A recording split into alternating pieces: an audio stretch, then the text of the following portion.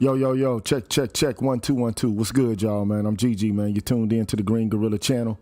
It's the place where black men can express themselves freely, straight up with no chasers, man. Word. And before I get things started, man, shout out to all the haters out there, man. It's a Thursday. You know what I'm saying? Shout out to all y'all, man, on this good Thursday. When you come in, can you please like the video? If you haven't subscribed to the channel, go ahead and do that, man. And when you do so, man, hit the bell notification button so you can stay abreast of what's cracking here on the Green Gorilla channel, man. Also, man, if you're so inclined, man, share the damn video, bitch. Share the video, man. Don't just watch it, share it. Don't just watch it, like it. You get it? Anyway, man, like I always do, I want to give a shout out to all the members of the Green Gorilla channel, man, before I proceed. And let's start off, man. Shout out to Jaztec, Brotherly Love 215, Devon Loveridge, Timothy Blewett, G-Star, Heru in the Apocalypse, Ted Gunderson, Outside the Cube, Sherry, Gerard Shelton, and Rais Mouaji. Big up to y'all, man.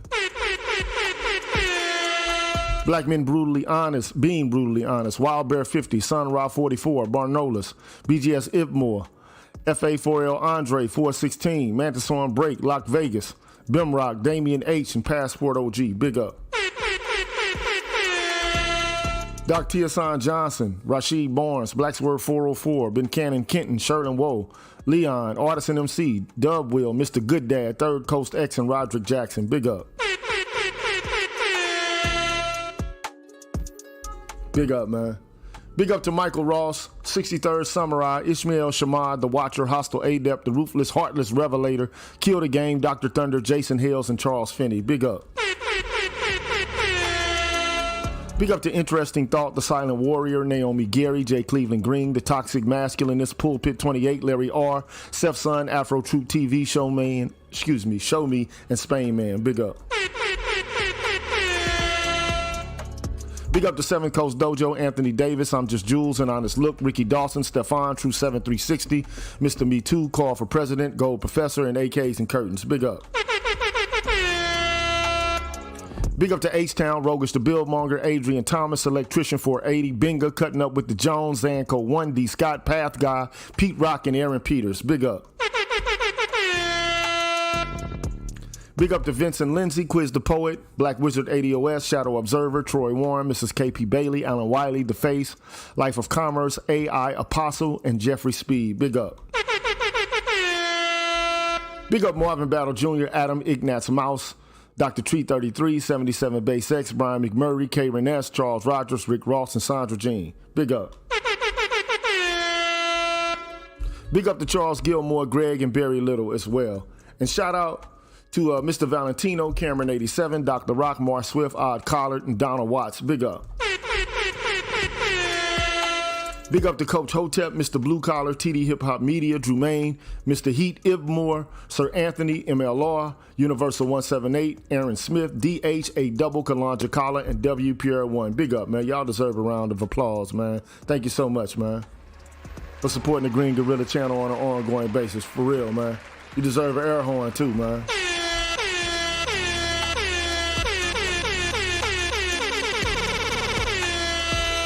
Appreciate that, man. Straight up. For real, man. And also on the Patreon side, shout out to Frank Black, Robert Wicks, Shine Language, Chris Flowers, Christopher Burton, Dax BJ Live, Keith Bass, Nick, Albert C, Dr. Ben Vincent, Waffle Weave, Darnell Smith, Excalibur, Pursuer Prisoner, Taz, Dragon 59, Jay Bailey, Mr. Michi Momal, and Asang. Well, big up to all y'all, man. I appreciate y'all supporting the channel and dealing with me and my nonsense, man. I really and truly appreciate it, man. So thank you so much for your ongoing support.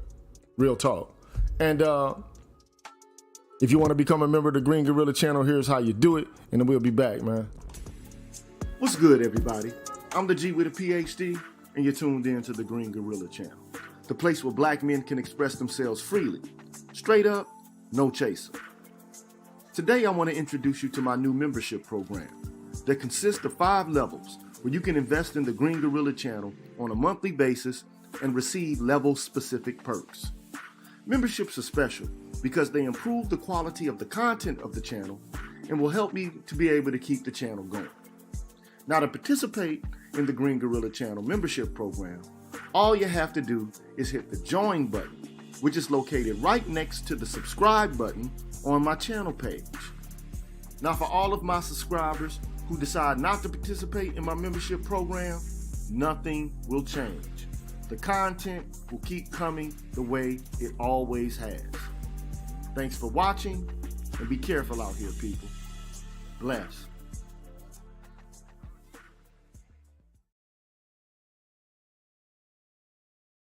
Before I begin, I want to run a commercial real quick. Here it goes, man. Be right back. Introducing Ion Fast, the revolutionary fat burn that's changing the game in weight management. Say goodbye to slow progress and hello to a powerful, natural solution to support your weight loss journey. Ion Fast potential formula combines caffeine anhydrous for energy and focus, Hoodia extract for appetite suppression, and dandelion extract for antioxidant and diuretic benefits. Together, these ingredients work synergistically to boost thermogenesis, increase metabolism, and to control your cravings. Are you ready to take your weight loss goals to the next level? Discover Ion Fast today. Visit www.ionfast.com to learn more and start your journey to a healthier and fitter you. Always consult a healthcare professional before trying any new supplement.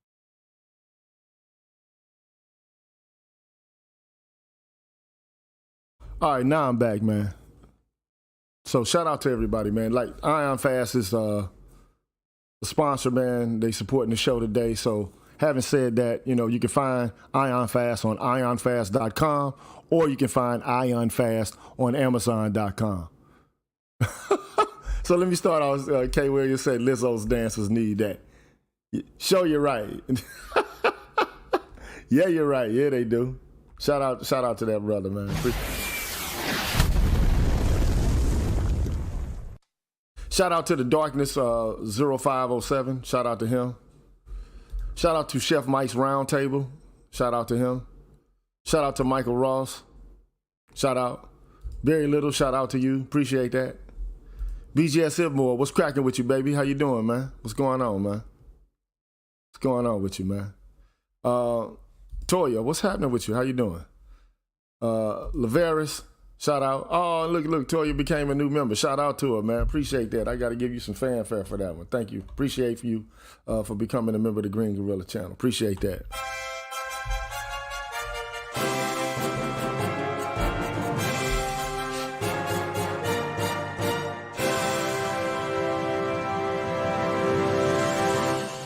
Appreciate that.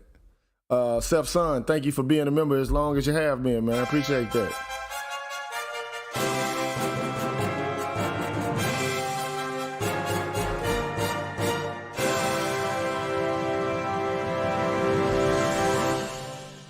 Appreciate that, man.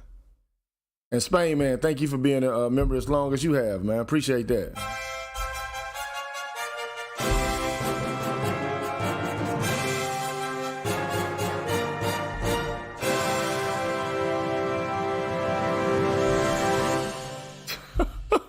Anyway, man, shout out to Herb Saint, man. Appreciate that, man. And I'm listening, and all the other people out there, man. But let me just say this, man. Okay, so this is your day. You know, if you got some opposition to some things that I've said or some ideas that I put forth, now's the time for you to go ahead and, let your opinion be known. I don't know. Every time I do something like this, I rarely, if ever, get any biters. I just don't understand why. I don't know why people don't, they don't come to show me what, their opposition is to the things that I say. I wish somebody would, just give me some indication, like, am I mean or something like that? Like, do I come across as too aggressive? Like, what's the point, man? Why do you avoid me? Because y'all definitely, you don't avoid me in the chat. Shout out to ML Lloyd, man, for the nice donation, man, on the Cash App. Appreciate that, bro.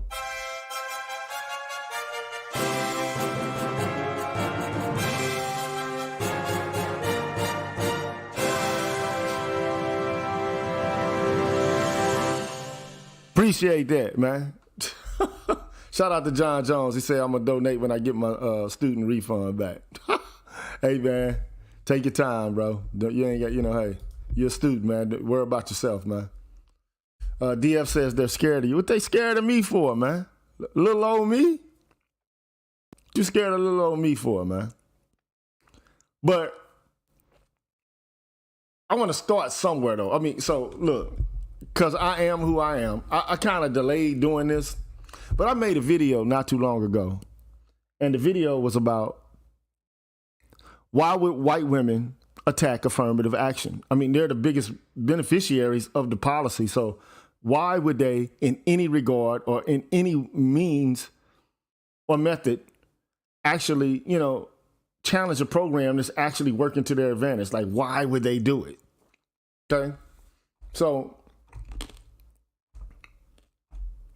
having said that, man, let me go to my capture screen, man. Okay. So, let me make this big, right? So,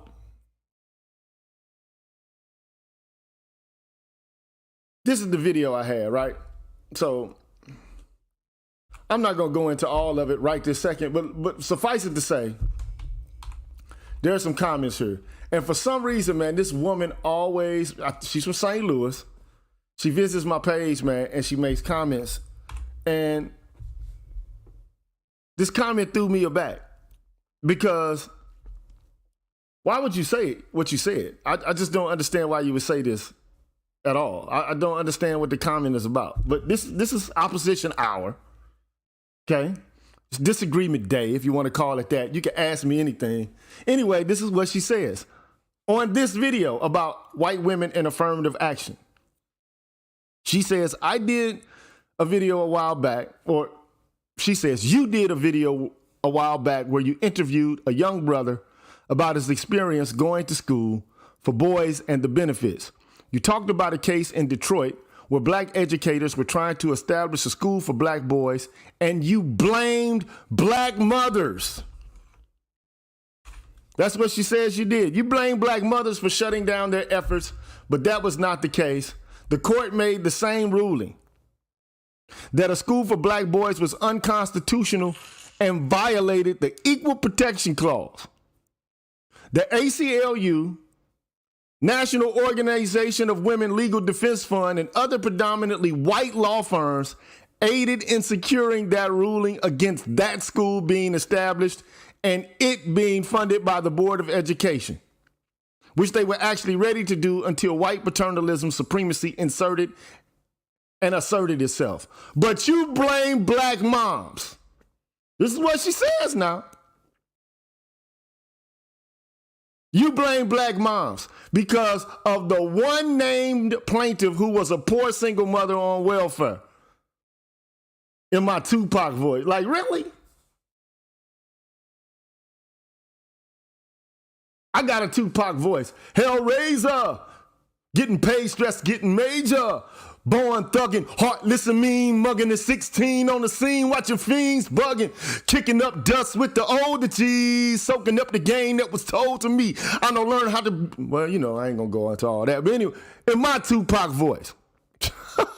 Anyway, she says this woman was manipulated by those same liberal gatekeepers into pursuing that case. However, because of pressure from the community, that black mother bowed out as the plaintiff, which to me says she came to an understanding and saw the game being played. But those orgs, in conjunction with the judicial system, shot those efforts down because, and I paraphrase, it's not in the interest of the state to educate black boys and girls by proxy. Edited, I said that to say the gate been up. Okay, so look, all that wasn't there initially, okay? But look, here's the thing, man. Here's the thing. If I say something inside of the context of a video, and I have a video, if I have a link to that video, which I do, so let me, while I'm bullshitting, I'm gonna open up Firefox, because I can't do it on YouTube. On Chrome. I can't do this on Chrome, but I can do it on Firefox, okay? Let me copy that link, copy link address, And I'm gonna put this thing right here on right there.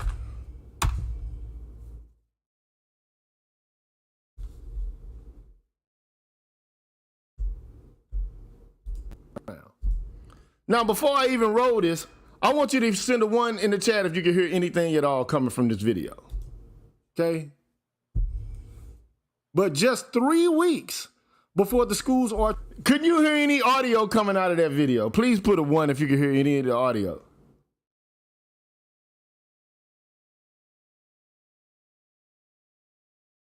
I'll wait until I see some 1s.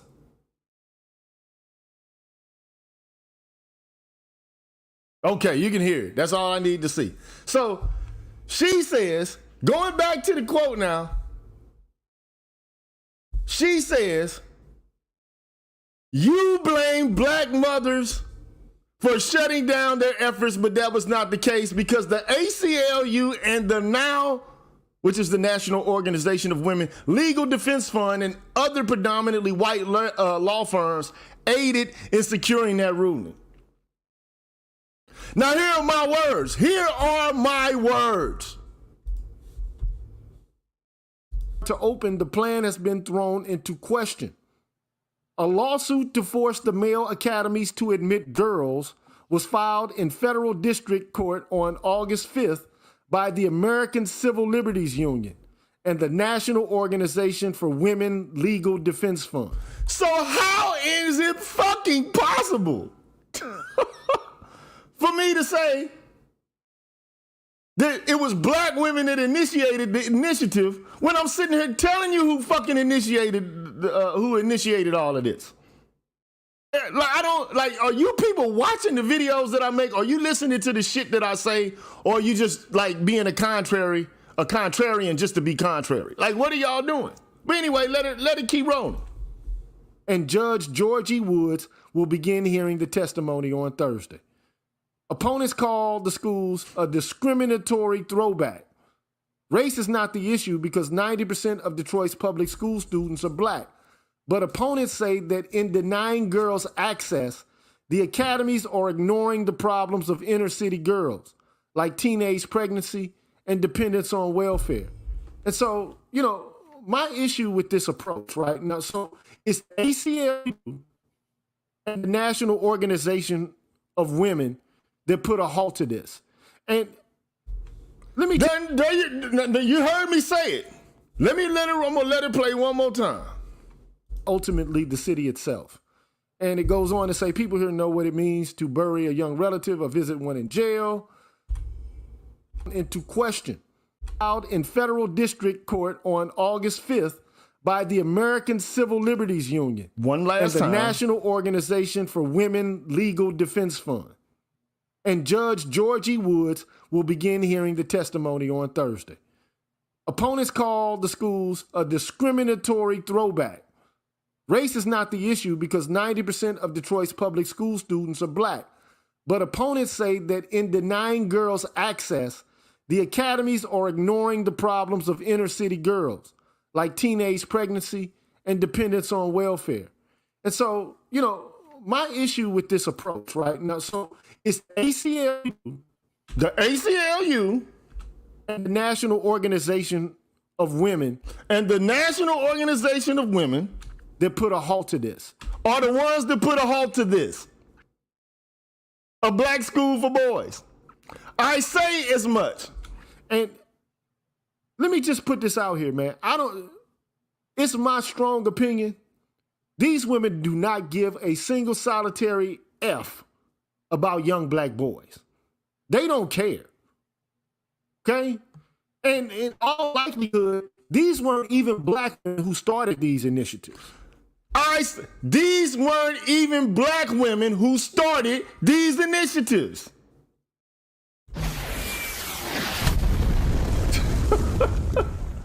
These weren't even black women who started these initiatives. In all likelihood, these weren't even black women who started these initiatives. These weren't even black women who started these initiatives.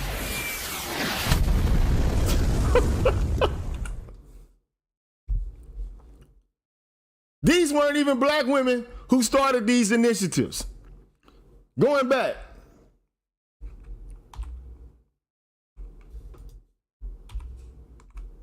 I don't know. For some reason, it will not get any larger than this. But come on, man.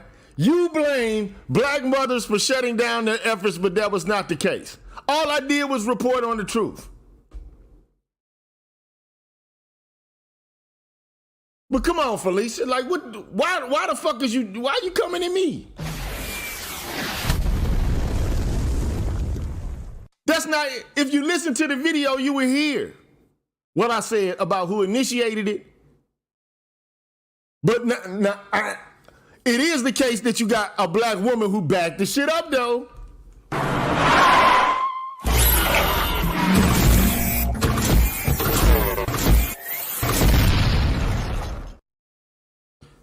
Indeed, it was a black woman who backed what white people said. White people say it's unconstitutional. Here come your black ass backing up what Miss Ann and Zaddy got to say. This is disagreement day. This is the opposition day, man. I'm wondering where you at. Like, even when I replied, and then you got people like liking this shit. So you got motherfuckers coming over to my channel, haven't even watched the video at all, co-signing some bullshit. When clearly, all they had to do was look at the link. All they had to do was watch the video, and they could see what I actually had to say. But instead of doing that, you got a chorus of motherfucking cackling hens that came in, looked at the shit that I said, and took it out of context, didn't even listen to what I said, and just said it was like me just trying to slander black women. Come on, man. Cut the bullshit out, man. Stop the bullshit, man.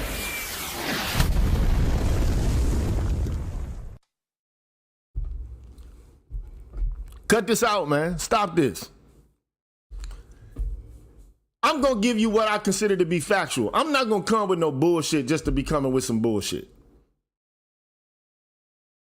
I'm not going to slander black women when they don't deserve to get hit. If they deserve to get hit, they deserve to get hit. If they deserve to be critiqued, they deserve to be critiqued. It is what it is. I'm not going to give them a pass just because they got a vagina or something like that. Fuck all that. If you're wrong, you're wrong. If you're right, you're right. In this instance, you're clearly wrong. Just wanted to address that. Also, I got something else I want to address. How many people I got watching this shit, man? 128 watching. I don't know how many likes. I'm not even watching. How many likes I got? 79. I need 100 likes, man. I need 100 likes, man. So anyway, let me go to my dashboard here really quickly. I think it'll pop up on my dashboard. Maybe not. Okay, but so let me go to my own page here. Because I did a video not too long ago. And the video was about the MLK they don't talk about. And then all of a sudden, now this guy Slick Rick, man, I don't know why he continuously fucking gravitates towards shit I have to say about like issues related to taxes and such. But every time I do say something, he zones right on into what it is that I have to say about it. Every time, man. But this is not the comment by itself, because he's left some more comments. Let me see. First of all, he's denied that there is such a thing as a Southern strategy, which clearly, I mean, white people, Lee Atwater told you he was a chief strategist for Bush and Reagan. And he came out and said, I used the Southern strategy. This is what it is. We use coded language in order to conceal the proliferation or the advancement of policies that we know will have a harmful effect or impact on black people. But it's abstracted, but you know, hey, we got race on the back burner, but it's not actually being put out there in a way that's significantly ostentatiously racist. But the problem is, you know, the programs we're pushing are ones that are going to have a disproportionate negative impact on black folks. Now they're telling you this. This is what we're doing. So after I do that, Then you come in and tell me, well, you know, like, well, what's the solution? More taxes? What systems are I say I'm interested in structural or systemic injustice. Then you say, well, what systems or structures would you prefer? Ones that are more fair, motherfucker. How about that? What systems and structures is a one size fits all? Well, I know one thing. The size ain't fitting everybody right now, is it? Now, I done left the link. I'm gonna leave it again. This guy never comes up, man. Never. Never comes up, man. He never makes an appearance, man. Never, ever. But he always comments when I say something about the Southern strategy or I talk about taxation or like distributive or economic justice. Every time. And I'm asking you, as an op, where are you, sir, man? I want to have a conversation with you. Step on up into the octagon, bro. Step on the stage, man. Don't Twitter finger in the comment sections. Talk to me, bro.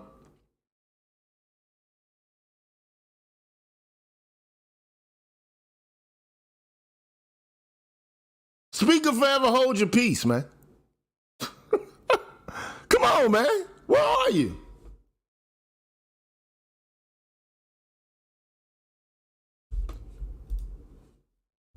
And I'm gonna look. I know he's left something somewhere else, so I gotta find it. Look. I don't know which one of these he left it on, but it's on one of these.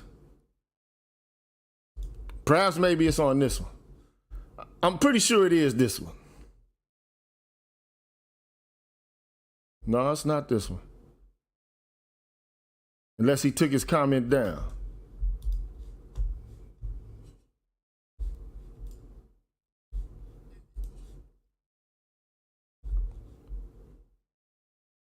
I'm looking to see where.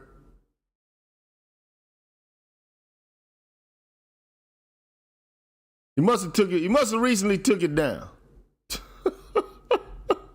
He had to take it down, man.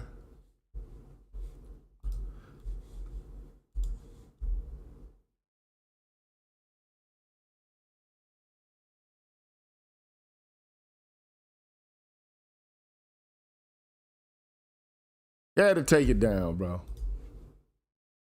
The only thing, look, at the end of the day, I'm just getting tired of the peanut gallery type of shit, bro. I'm just keeping it a buck, bro.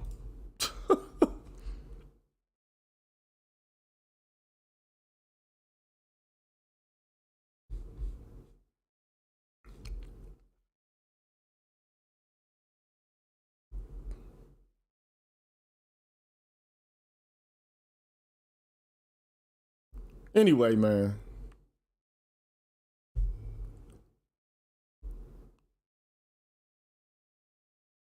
Every time I talk about cutting taxes or what white people say, then all of a sudden I get backlash from, I guess, people who are like sticklers or whatever the case, or advocates for lower taxes and things like this.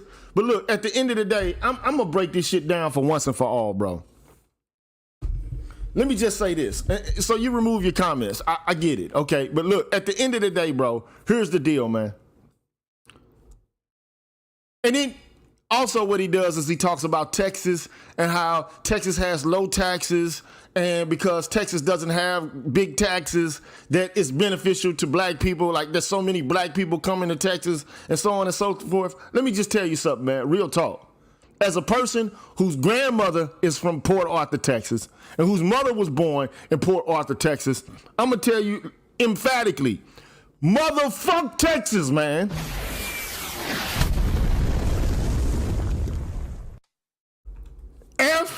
F-U-C-K, Texas, man. I don't give a fuck about Texas. I don't care about Texas, bro. I'm just keeping it a buck, man. F-U-C-K, Texas, man. Fuck Texas. I don't care about Texas, man. Now, when you start talking about Texas, yes, Texas has, and I brought out the receipts today. You want to talk about Texas? Texas is a low tax state overall, but not for families living in poverty.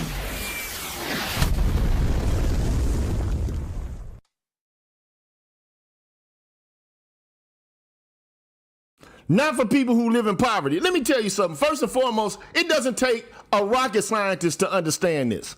There are no income taxes in the state of Texas, okay? Or minimal income taxes. But if you take away taxes from one area, then you have to supplement it in taxes in other fucking areas.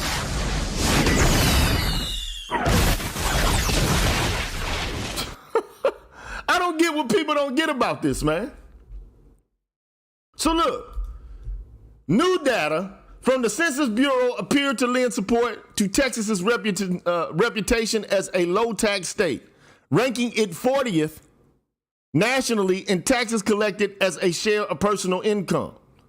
But focusing on the state's overall tax revenues has led many observers to overlook the fact that different taxpayers experience Texas's tax system very differently. In particular, the poorest 20% of Texans pay significantly more of their income, 12.6% in state and local taxes, than any other group in the state.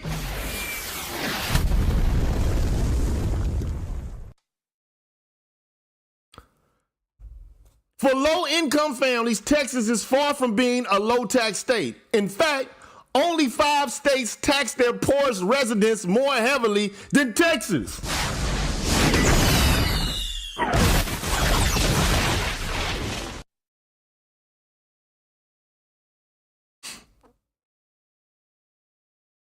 The problem is what Texas has opted to do is to tax everybody who's making this, whatever income status they are. Everybody pays damn near the same amount of taxes on like sales tax and property taxes in terms of percentages. Okay? But this is not a progressive tax system by any stretch of the fucking imagination, man. At all. By any stretch of the imagination. What you should have is a system where the people who earn the most get taxed the most. Or at least pay their fucking fair share of taxes. At least that.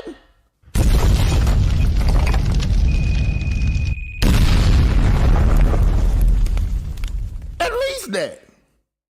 Let me let somebody up in here. May, what's up? I don't want you to leave. Are you there? Shit. Oh, see, May, you got to shit to get off the pot, May. I'm gonna put you on the back burner right quick. But anyway, so here, all I'm saying is, it should be plain. No income tax, but high sales and property taxes. According to the Census Bureau, Texas's state and local tax collections totaled 9.1% of personal income for the fiscal year 2011, well below the national average of 10.6%. One reason for Texas's low ranking is that it is one of just 9 states that does not levy a broad-based personal income tax, but failing to levy an income tax comes at a cost.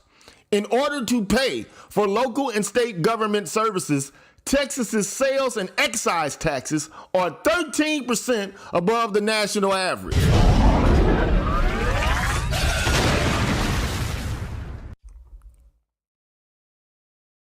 Measured relative to personal income, Texas has the 15th highest sales tax or excise tax collections in the entire country.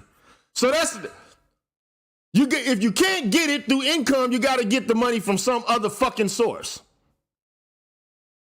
According to the Institute on Taxation and Economic Policy, the poorest 20% of Texas households spend 8.5% of their income on these taxes, compared to just 1.1% of incomes for the state's most affluent residents.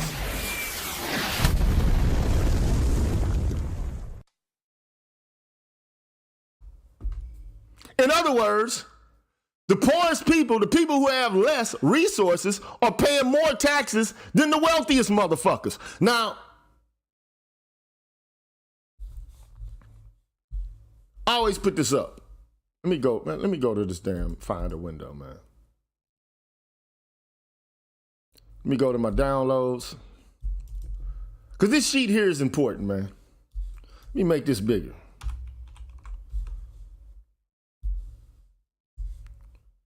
Make this a lot bigger than what it is.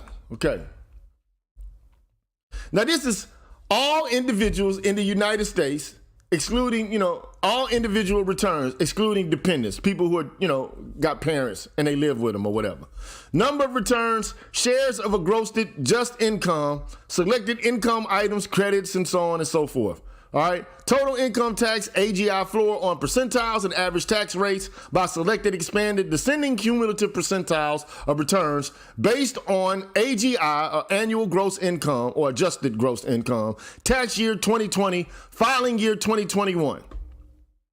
And the numbers that are outlined here are the most important because those are the motherfuckers making the most money, man. Those are the people making the most money. So, 0.001% of the population made more than $77 million. 0.01% made over $14 million. 0.1% made over $2.5 million. 1% made $548,000. Okay, we're talking about incomes, not, people who already have wealth and, they're getting like dividends and shit like this off their money, but that's neither here nor there. 2% of the population who filed taxes made over $366,000. 3% made over $290,000. 4% of the population made over $248,000. Okay? 5% of the population made over $220,000. Adjusted gross income. 10% of the population made over $152,000.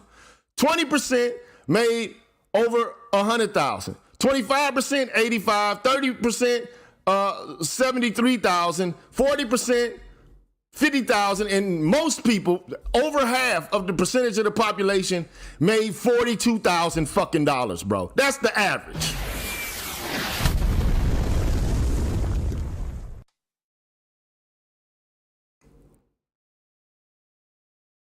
That's the average. Now, the reason I show this is because a lot of you niggas act like y'all up in this percentage, man. Y'all act like y'all up in here. Y'all act like y'all all up in the motherfucking the highlighted section. Why are you acting as if you're in this part of the percentile, man? I'm asking the question. I need to understand why. Because in my personal view, I wouldn't begin taxing anybody progressively unless if they were in the top 10 to 0.001 percentile. The people 25 and below, I would say that they shouldn't be paying the bulk of the fucking taxes. I mean, they got to pay taxes, not to say that they don't have to pay their share, but I mean, for crying out loud, the wealthiest people also should have to fucking pay their fair share. This is all I'm saying. And they even say it draws the ire of you niggas. And I know you motherfuckers ain't in this top percentiles. I know for a fucking fact you not. I guarantee, man, I'm putting my dick on a chopping block. I'm willing to put my dick on a chopping block. I guarantee your ass ain't making 250 G's a year.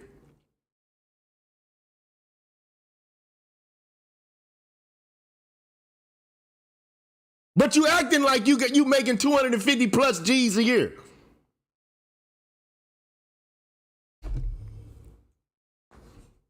This is the shit I'm tripping off of.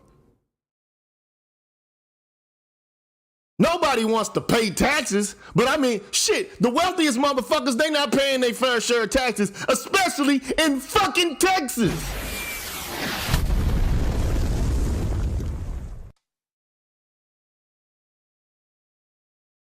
Shout out to Damien, appreciate the donation, man.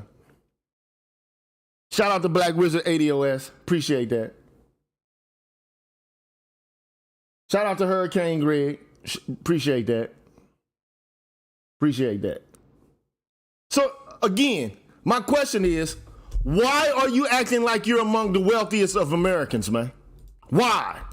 Because you got a fucking middle-class job?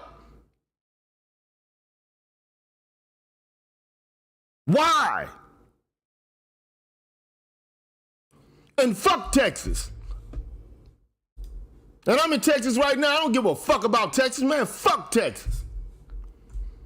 Nigga act like he founded Texas. You act like you fucking Sam Houston himself or some shit. Fuck about no goddamn Texas. Fuck Texas. Oh, I just love Texas. Texas is the greatest place ever. Bunch of fucking yahoos around this motherfucker is what it is. I just love Texas. Fuck Texas. May, I'm pulling you back up. I'm trying to pull people up. Okay. V4V. Are you there? Yeah, what's going on, GG? What's happening? Okay, so like I'm allowing people in. I just got some questions.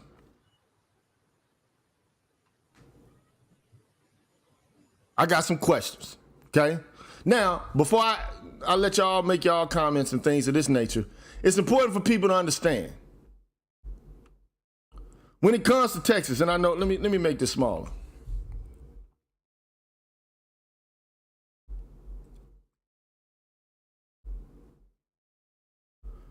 The reason I pull this out is because they got like data. The median household income by race and ethnicity in Texas, 2019 numbers, okay? So they talk about women in the wage gap, which they always do, okay? I'm not gonna go through all of this. But they say it persisted for women among full-time, year-round Texas workers, with the median male taking home over $10,000 more than the median female worker. The gap was even larger for households of color.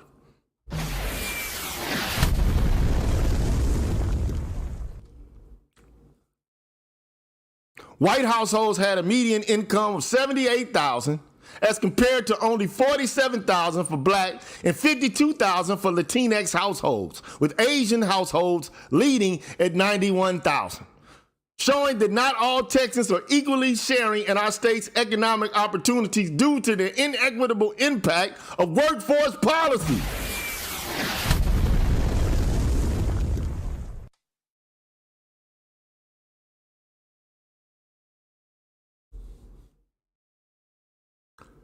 Here are the numbers right here. American Indian or Alaska Native alone, 57 G's. Asians, 91 G's. Blacks, average, which is the average with the fucking, that's why I showed earlier. Let me go back. I'm worried about the average fucking African American or black family, man. That's what I'm worried about, bro. I'm worried about the average black family.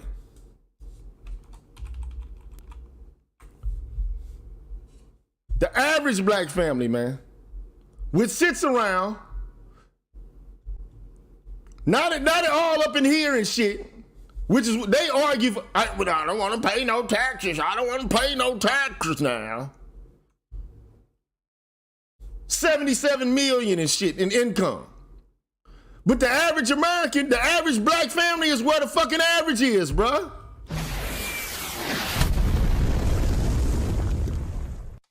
This is where the average is. Even in fucking Texas, nigga. You act like motherfuckers in Texas balling. Here are the numbers. Oh, people doing so well in Texas. They're just doing so fucking, black people just doing so good in Texas.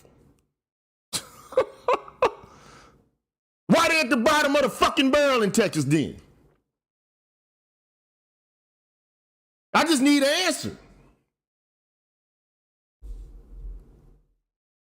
They say the poverty rate's down. It improved in 2019. It went down to 13.6 from 14.9 in 2018. Okay? There was a significant decrease in roughly 316,000 fewer Texans experiencing poverty, even as the state population swelled from 28.1 to 28.4. Although the poverty rate improved overall, Black, American Indian, and Latinx Texans were still significantly more likely to experience poverty than white and Asian Texans.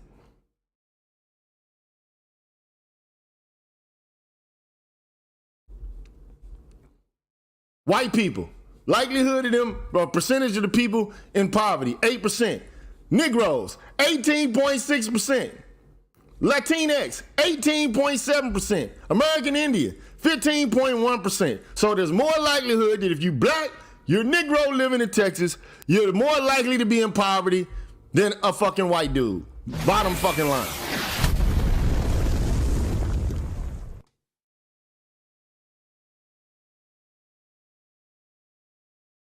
It is what it is. I didn't fucking make up the numbers. I didn't develop the numbers. It's just the facts. Now I'm gonna lower this. I wish you would come talk to me. I wish you would have the nuts to actually step up to the microphone, man.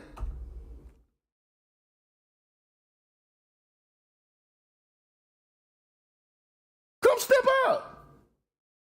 Every time I say something about taxes, this motherfucker act like he is making what the 0.001 is making. Dude, the taxes I'm talking about probably would never even impact you, but because you think that you're so fucking well off and well to do, which I fucking doubt, I'm willing to put my dick on a chopping block. I guarantee you ain't in the top fucking 1%. I guarantee you that shit.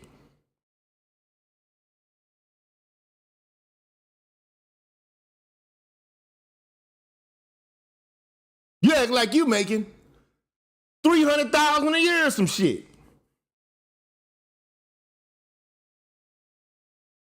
It fucks me up. I don't understand you Negroes, man. I don't get it, bro. That's why I say it's opposition day to day. Step up and have the conversation, man. I'm gonna let May go first, man. May, you got something you want to say?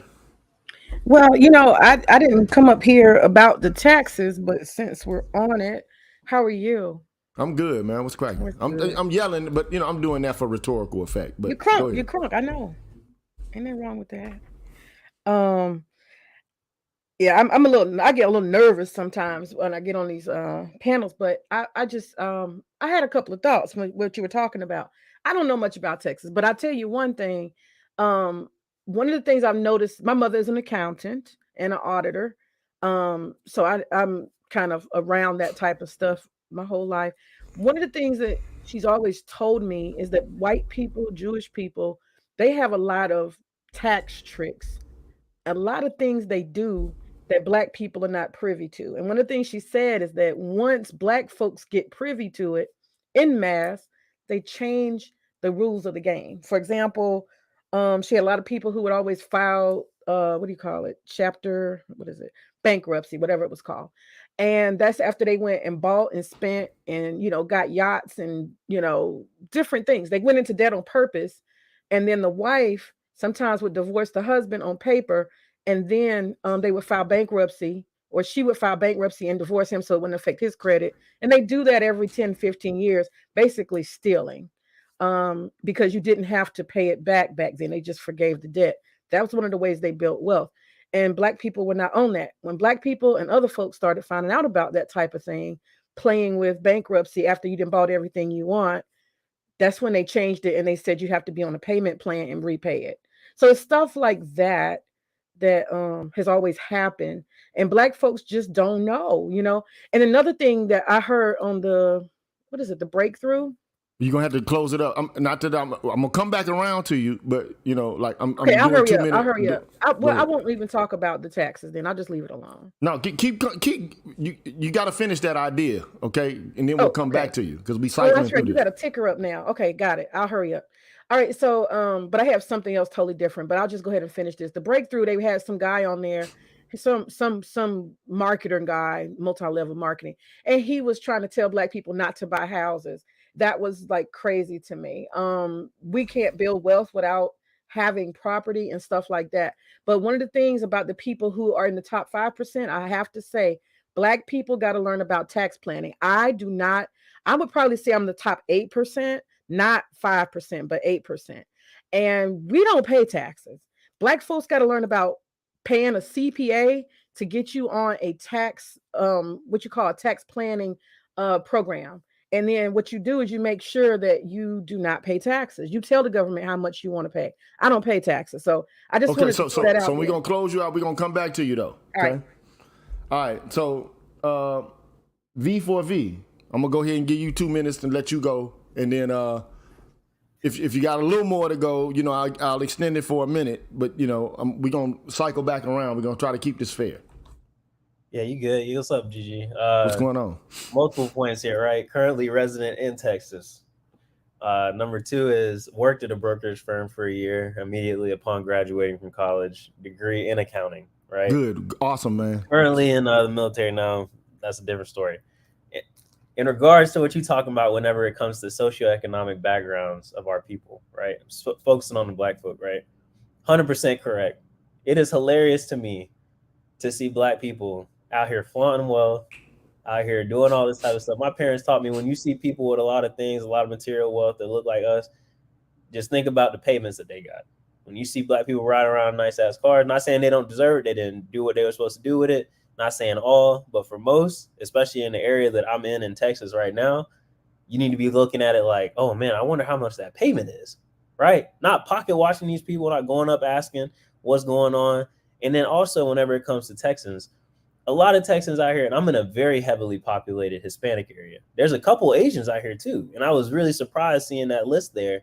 The Asian people is the ones that got all the houses that's on the sides of the mountain out here where I'm at in Texas. Okay. The white folk, the same way, but a lot of Hispanics is in the same areas that I was seeing a lot of, you know, derelict, poverty-stricken people on the East Coast. The same type of neighborhoods, the same type of crime, cop presence, all this type of stuff. So everything that you just pulled up, 100% agree with. There's no disagreement. There's no opposition in this hour that I'm talking to you right here, right now, because it's all true. And for anybody to come on here and say opposite of that is completely out of their damn mind. They have no clue what the fuck they talking about. And you completely right. And this is from a young nigga. And I'm making what them Asian people is making with the rank that I'm at right now in the military. And there ain't a lot of people that's doing it. For sure. And for you to even be in the 1%, that's a whole different option. And the last thing I'm gonna say to land the plane, right? You were talking about how the 1%, just on the taxes piece, right? I'm not gonna go into the taxes piece, even though I went to school for accounting, all that type of stuff. We're gonna cycle back around though. We don't want you to go nowhere, but go ahead. Land the plane. Land the plane right here, right? Watched a video about 2 days ago. A guy is going over what has to happen for you to become a wealthy person. The difference between millions, billions, all these type of things. Only 4.6% of this country is making or has in total, with all assets included, 7 figures. 4.6% of this fucking nation. And half of those people got that money because of who they were born to. So you can chop half of that. 2.3%. You have a 2.3% chance in this country to get 7 figures in all assets or through making wealth in general if we liquidated all your funds and all of your assets. And that's it. 2.3%. You got a 2.3% chance, brother. Can I ask you a question? The same chance you got to get into the NBA, the NFL, everything else. That's the chance you got to be in a fucking millionaire in this country. Okay, so I'm gonna make you land the plane right there, and it can't come back to you until I get to the equalizers. I got to get to Salchi first. Okay, Salchi, Okay. holler at me, man. Good evening to everybody. Good evening, brother.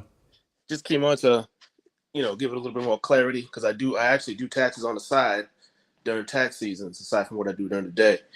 So yeah, obviously, those stats are obviously correct. What a lot of people don't realize, there's a difference between what people don't understand is how people earn money, right? If you want to legally lower your taxes, you cannot be an employee. That's the worst place to be. And in some cases, self-employed if you don't know what you're doing. So even those people making those figures, if you're an employee making those figures, you're going to pay the highest taxes, unless there are exceptions because you have side businesses, yada, yada, yada, that you can add in deductions that will deduct your taxes. But those, they have to be qualified expenses related to said business or real estate. That is it. That is how the rich people do it. So I understand, people go to school for to be an accountant and after that become CPA, but less than 3% of them actually specialize in taxes. I know way more taxes than they do on average. Top 10%, those numbers are correct. We should be getting new numbers this October. Where I live, for you to even enter top 10% of income earners, AGI is over 200,000 now. So, yeah, most people don't make money. This is why when I come on, I always say most people don't make money. People get upset. This is what I mean. Most people don't make a lot of money and don't make enough money. They just don't. And I see it during the tax season all the time. I see people who make millions at their job or as a business owner. And then obviously I see people who make six figures. Most of the people who make 6 figures, they got a job. It is what it is. But then they're paying 20, 30, 40, 50, 60, $100,000+ in federal taxes alone. So they're paying more in taxes than the average person is making. Gross. Facts. And see, here's the thing, though, right? Like, look, the wealthiest Americans don't have to really if they're not working, like you say, they're tax shelters for the wealthy people, man. No. Definitely. No, and that's what I said earlier. They're not, the thing is, they're not employees. That's how they do it. Yeah, so, they don't have to pay taxes at all on income. Yeah, because one thing I can tell you how it can be done. Well, it's pretty hard for the most part. Now, if you have your money, let's say you have money in a Roth. If you have money in a Roth, right, and you invest in certain things, or even right now, or at least last year with the in the treasuries, you will not get taxed federally. You will not get taxed with the state. Here's the issue, though. You need to have a lot of money to invest in there so you can actually live off the dividends. That's why there's only so few percentage of people who can actually live off the dividends. Even if you look at the page that you put up, when you look to the right and you look at how much the level of where people are actually making more than enough money from their dividends, you need to actually have millions, like liquid, period. Like right now. And look, that at the end of the day, all I've ever said was that white people, wealthy politicians, like first of all, like George Bush and W. and Senior Herbert, okay, them motherfuckers are elite white boys, man. Oh yeah, okay, they're not run of the mill. They are in the top 5% for sure. Oh yeah, easily. Okay, it just is what it is. Yeah. Reagan the same way. Yep. Clinton the same way. Yep. Obama now. I would even say Obama the same way. Obama is now. After he wasn't before, but exactly. He is now. Yep. Okay. After now, Trump definitely is. Yeah. Okay. So at the end of the day, all I'm saying is the wealthiest Americans have established a system that they know impacts and affects poor people more heavily than it does themselves. They know that they're paying less overall in a percentage of the money that they take in. Much less of it is taxed than people who are working their fucking asses off day in and day out. Yes. Yep. Common sense. So I'm saying, if you're a person, man, in the what percentile? Do I have to show this fucking chart again, man? Like, I mean, like if you're a regular worker, I'm not asking for taxes to be increased for you. I'm not asking for you to pay more and more and more taxes. Okay? I'm not asking for the people who are in the 50th percentile of earners, okay, to pay more taxes. I'm not asking for the people who are in the up to the 25th percent to pay more and more taxes. I'm saying at least the people who, make $250,000 or more should have a heavier tax burden, and they're in the 4th percentile, okay? They should bear a heavier tax burden than everybody else working at the bottom, scrounging and trying to make fucking ends meet. The Green Gorilla, you asking for compassion. I'm not asking for this. This is not. This is fairness, and it's not. But that's the problem. This country's not based on that, and that's why we get frustrated because we're looking for fairness and compassion. We're not looking for. Okay, so let me say this. Fairness is a duty. It's not based on some sort of feeling or sentiment of doing right by people. Now, if people don't want justice because they believe that they're a part of the elite themselves when they're fucking in the bottom 20th, they're in the bottom 60th percentile themselves, but they feel like they have access to the wealth of the uber wealthy and the people who are really doing well, then fuck you then. That's all I can say. All I can say is, you're dumb as a motherfucking box of rocks. You basically support, it's what Marx would call alienation. Okay? You're alienated from your own interest because your interest is the interest of the ruling elite. Let me add, this is the other thing that very few people even understand. When people hear inflation, they just see, okay, the prices of things go up. They don't realize what the purchasing power is comparably when you compare it year after year or decade after decade. So if we want to compare, if the new one, and people shit their pants when I tell them this, the new $100,000 a year is pretty much $300,000. So even if you're making $250,000, you're still middle class. You're still middle class at $300,000. Realistically. You guys, one of the things, you guys are both accountants. Can y'all talk a little bit, and I'm not trying to make a point here, but can you talk about how middle class people can absolutely do tax planning? I'll let Equalizer. Again, it really depends on how they're making their money. If you're an employee, you really don't have a lot of options. It is what it is. Forget employee, because that's definitely not going to make it. Okay, so if you're self-employed, and statistically really being self-employed is the best way out, and that's typically going to be somebody in the trades, you're going to have a successful small business. Obviously your taxes, you reduce your taxes, but it has to be based on allowed expenses to produce profit. That's the only way to do it. And then you take those profits and you put it into other assets, whether it's going to be another small business, or whether it's going to be in real estate deals, or whether it's going to be into some kind of like commodities, stuff like that. Yeah. That is really how the game is really played.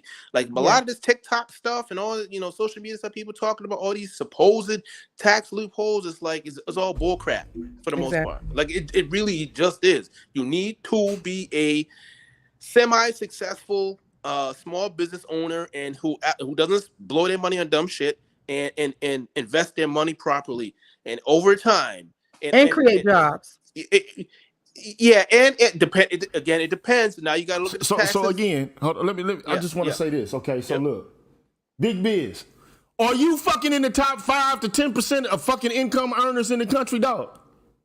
And if so, I want you to step on up, man. Come on into this motherfucker. Come on in, Big Biz.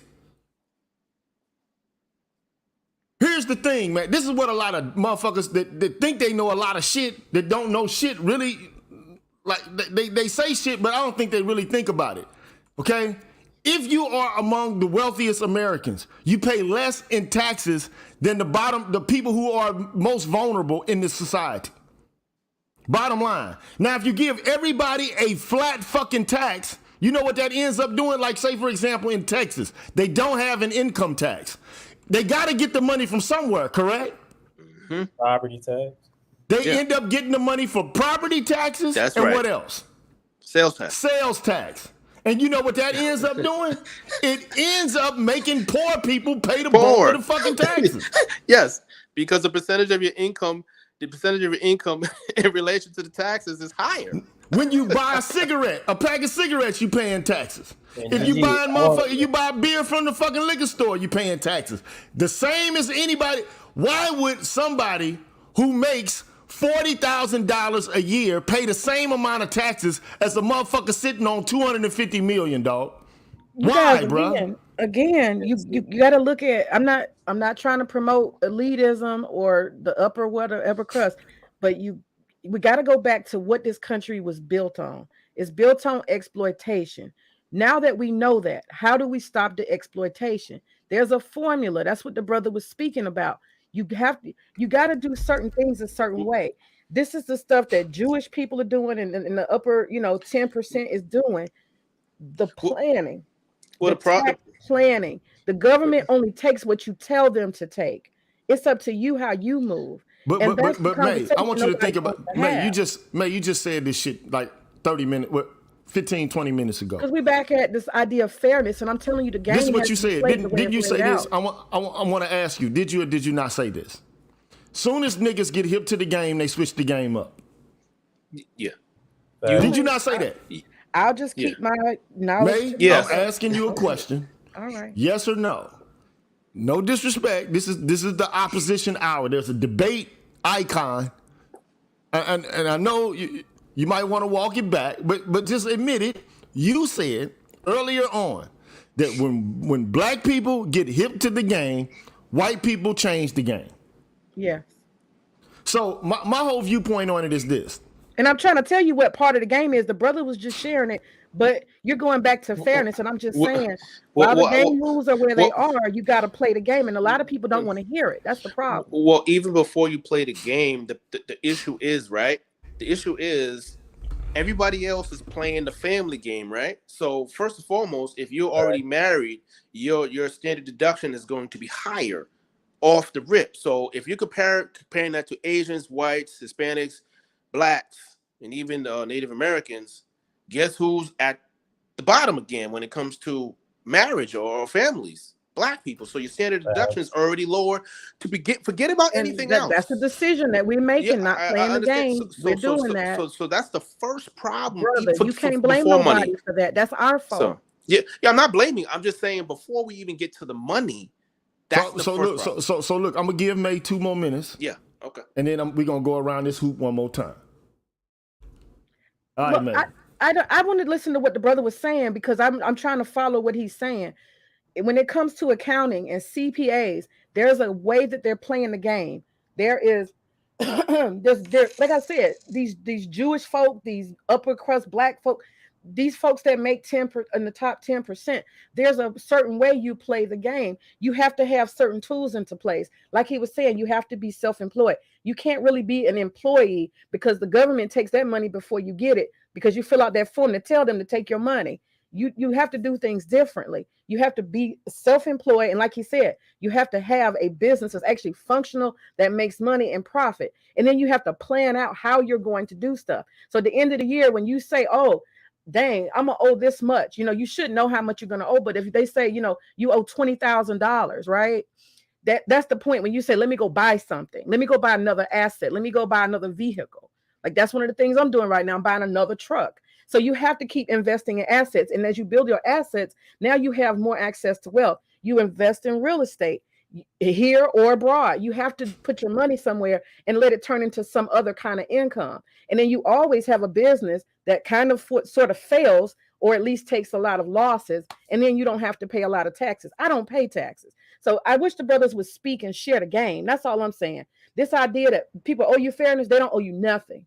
This is an exploitative country. And the quicker we accept that and get out of the getting line and out of the giving line and get in the getting line, we'll be better. That's my thought. I yield the time. Okay, so Can I get I'm the time? gonna let V speak. I'm not gonna say anything until I let it go around. Go ahead, V. So I'm gonna go ahead. I wanted to chime in so many times. So I agree with May on the point of what the exploitation, and there ain't no fairness, and nobody in here deserves shit, right? And throughout the whole country, I agree with her on that sentiment. But what I think you missing the point of, and I hope you're not doing it on purpose because you seem like an intelligent person, is that you are attacking one. This is one piece of the pie that we're talking about here, right? You need to look at it at a total level, right? What are the people that are on here that are content creators that are creating all this stuff for? Gigi just doesn't come on here and talk about fucking taxes, okay?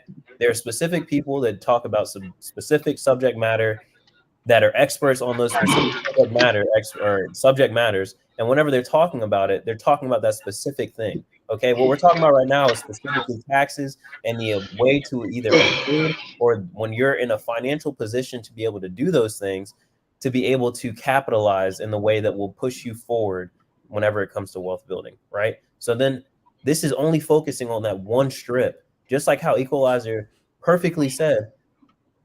Where are most people getting this stuff through? Through families.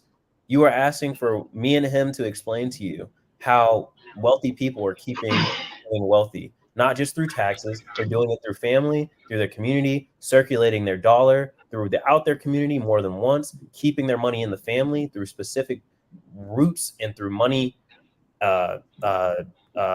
vehicles. When I was in the brokerage firm, they had things that they would invest in. There are certain things that you can't even invest in the brokering world unless you have a specific amount of assets in your name, a certain liquid number. So these are the things. And I agree with also Big Biz on, it's not Marx's talk. Marx was, why would you not look at the other side for understanding capitalism? That's like me reading just MLK and not me reading Malcolm X. So I can understand both sides.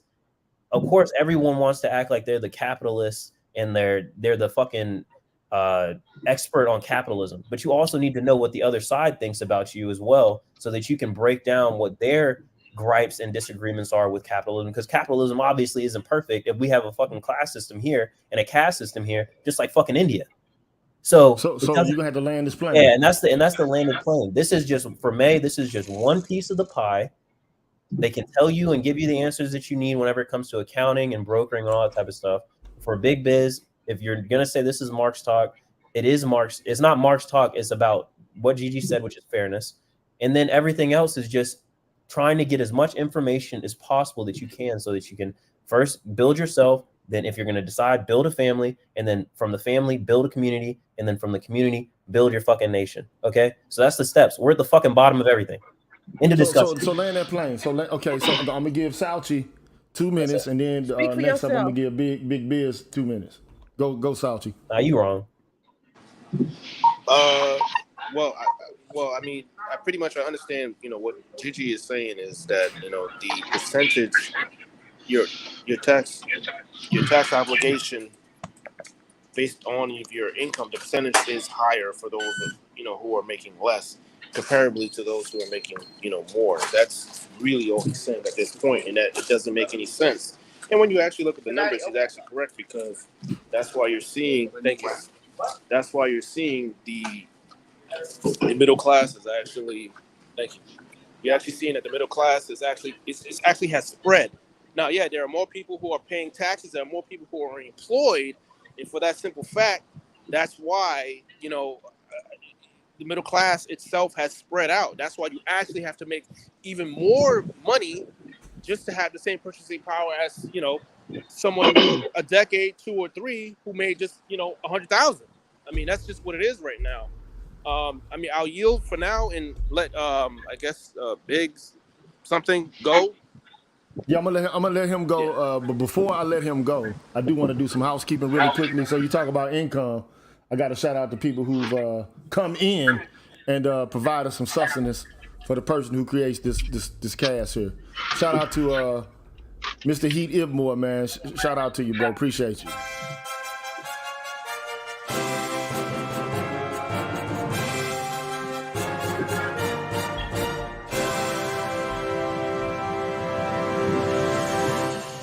Appreciate that, sir. Appreciate that with the utmost sincerity. Shout out to David White, appreciate you, sir. Appreciate that, man. Appreciate that. I'm gonna give you a bomb for that, man.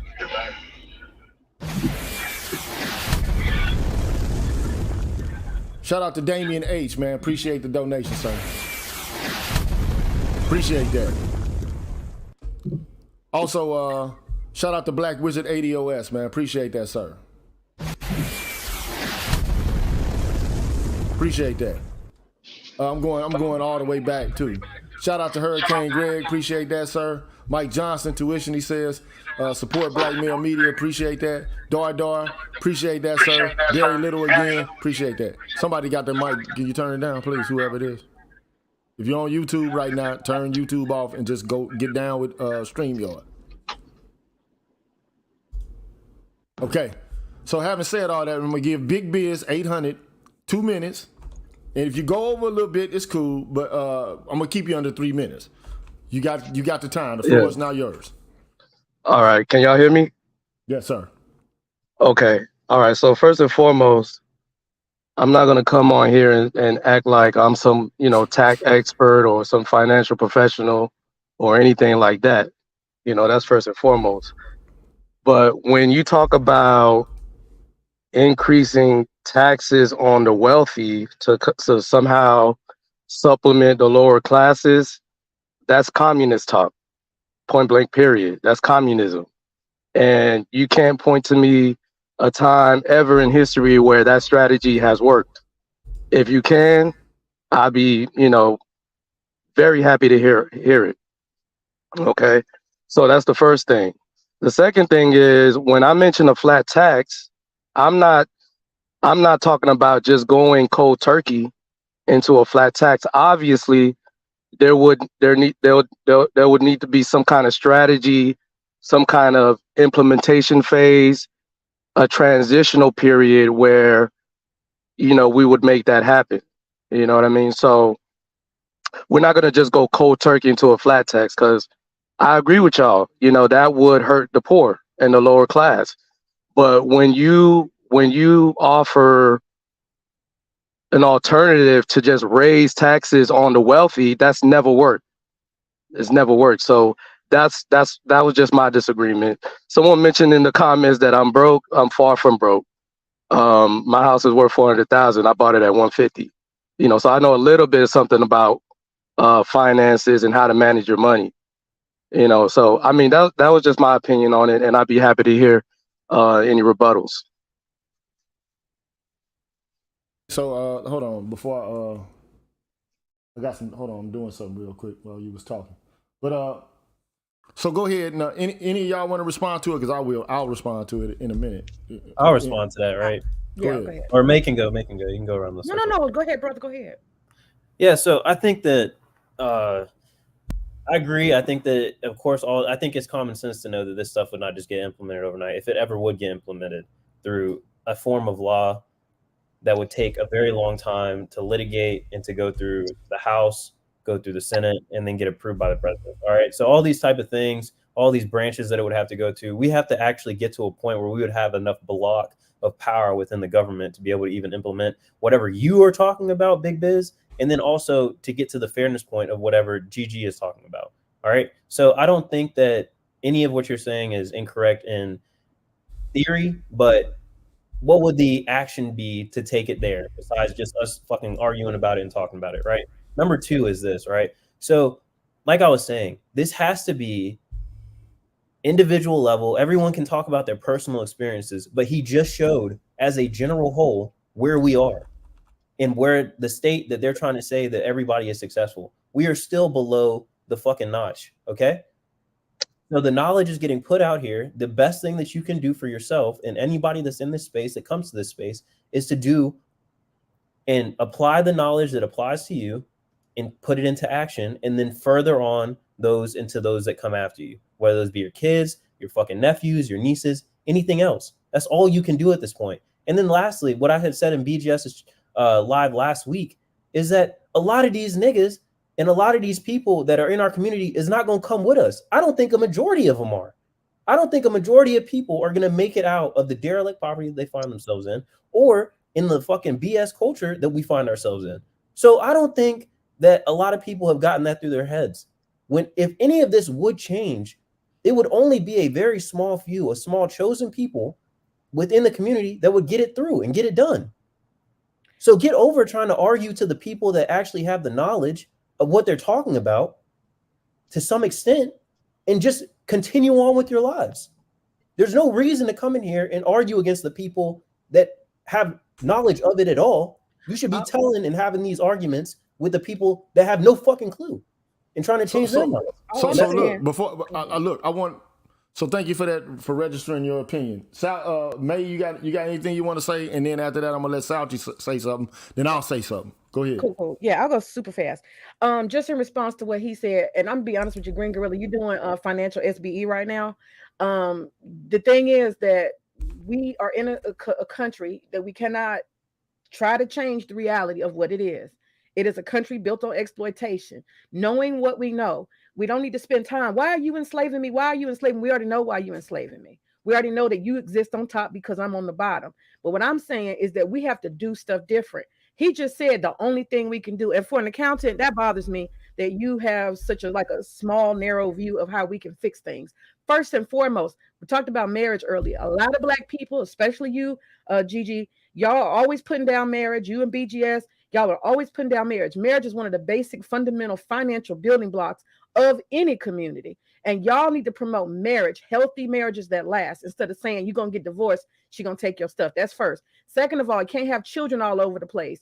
Children, and you don't have control over them or anything like that. When you have a child in the home, you can pass down because you gave them how they should grow up and how they should respect wealth and money and how they do things. You can actually have a child build an LLC as a child. Give them schools, tools and school and ability and skills. And before they're 16 years old, they can have a full-fledged business. Why are we not thinking about the next generation? So there's a lot of things that we can do differently on the most basic level. And I agree with what somebody said earlier. There's a whole lot of things that we don't have access to. But some of those basic things like tax planning, like buying homes, you got people telling Black people don't buy no house, don't buy property. We got to stop the crazy stuff and turn off all the people who come into our community scamming with these get-rich-quick schemes like, what is it called? Crypto. We got to stop letting everybody tell us stuff about how to get wealthy. So that's my thought. Okay, so Salchi, you got a response to that? Because I'm gonna respond to all. Yeah, I got a response as well. Yeah, I got a response. First, there was a time in the country, early 1900s, when wealthy folks, obviously a percentage of the population they were smaller, obviously, but they were paying upwards of 90% of the taxes. Obviously, after Federal Reserve was put in to effect, 1922, even though the rich people warned everybody else that if you allow the government to supposedly tax us more, you guys are going to get screwed. That's exactly what happened.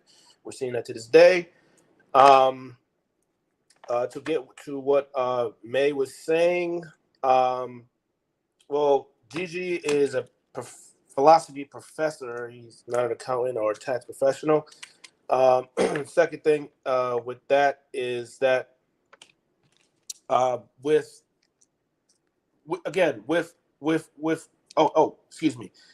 this whole, a lot of these women or a good percentage of these women have multiple baby fathers. We do know, and we've gone through the numbers quite a few times, actually is a very small percentage of Black men who actually impregnate multiple Black women. Only some 46% of Black men actually procreate, period, while 61+% of Black women actually procreate. So just that alone, we already know what's going on. Now, once we get to the 2+, the 3+ baby fathers, which out of all women, only Black women are leading significantly amongst all other women. Okay, so that's the other problem. So, I mean, if we really wanted to replicate anything, honestly, the truth would be you wouldn't even follow what white folks do. You would look at what the Asian people do, because actually, on average, Asian women are running circles around all the women, quite frankly, and the Asian men are running circles around all the men on average and at the median. Now, what are they doing different? What are they doing different than us? Tell us. Look. Oh, sorry. You got some order here, okay? Oh, so land the plane, man, Sal. Okay. Yeah. So I mean, if we want to compete, especially with the, this technology, how things are moving faster, yes, you would have to have you would have to have a culture of stronger families, a culture. That doesn't mean everybody has to be married. That just means you need a strong culture of family and education and putting the boys first. That is the norm when you look at the Asian culture, when you look at the Jewish cultures, even when you look at white folks, even when you look at Spanish folks. That is what it is, if we want to look at it across the board. Let me jump in here. Hold on. No, I'm jumping in because, basically I've been getting everybody the Go floor. ahead, yeah, go ahead. To make sure everyone had the floor so I can let them get their thoughts out before I gave mine. Okay. Now, ultimately, what I want to say is this: what I have not argued for at all in any straight form or fashion today has been Marxism. Although, like, first of all, or communism.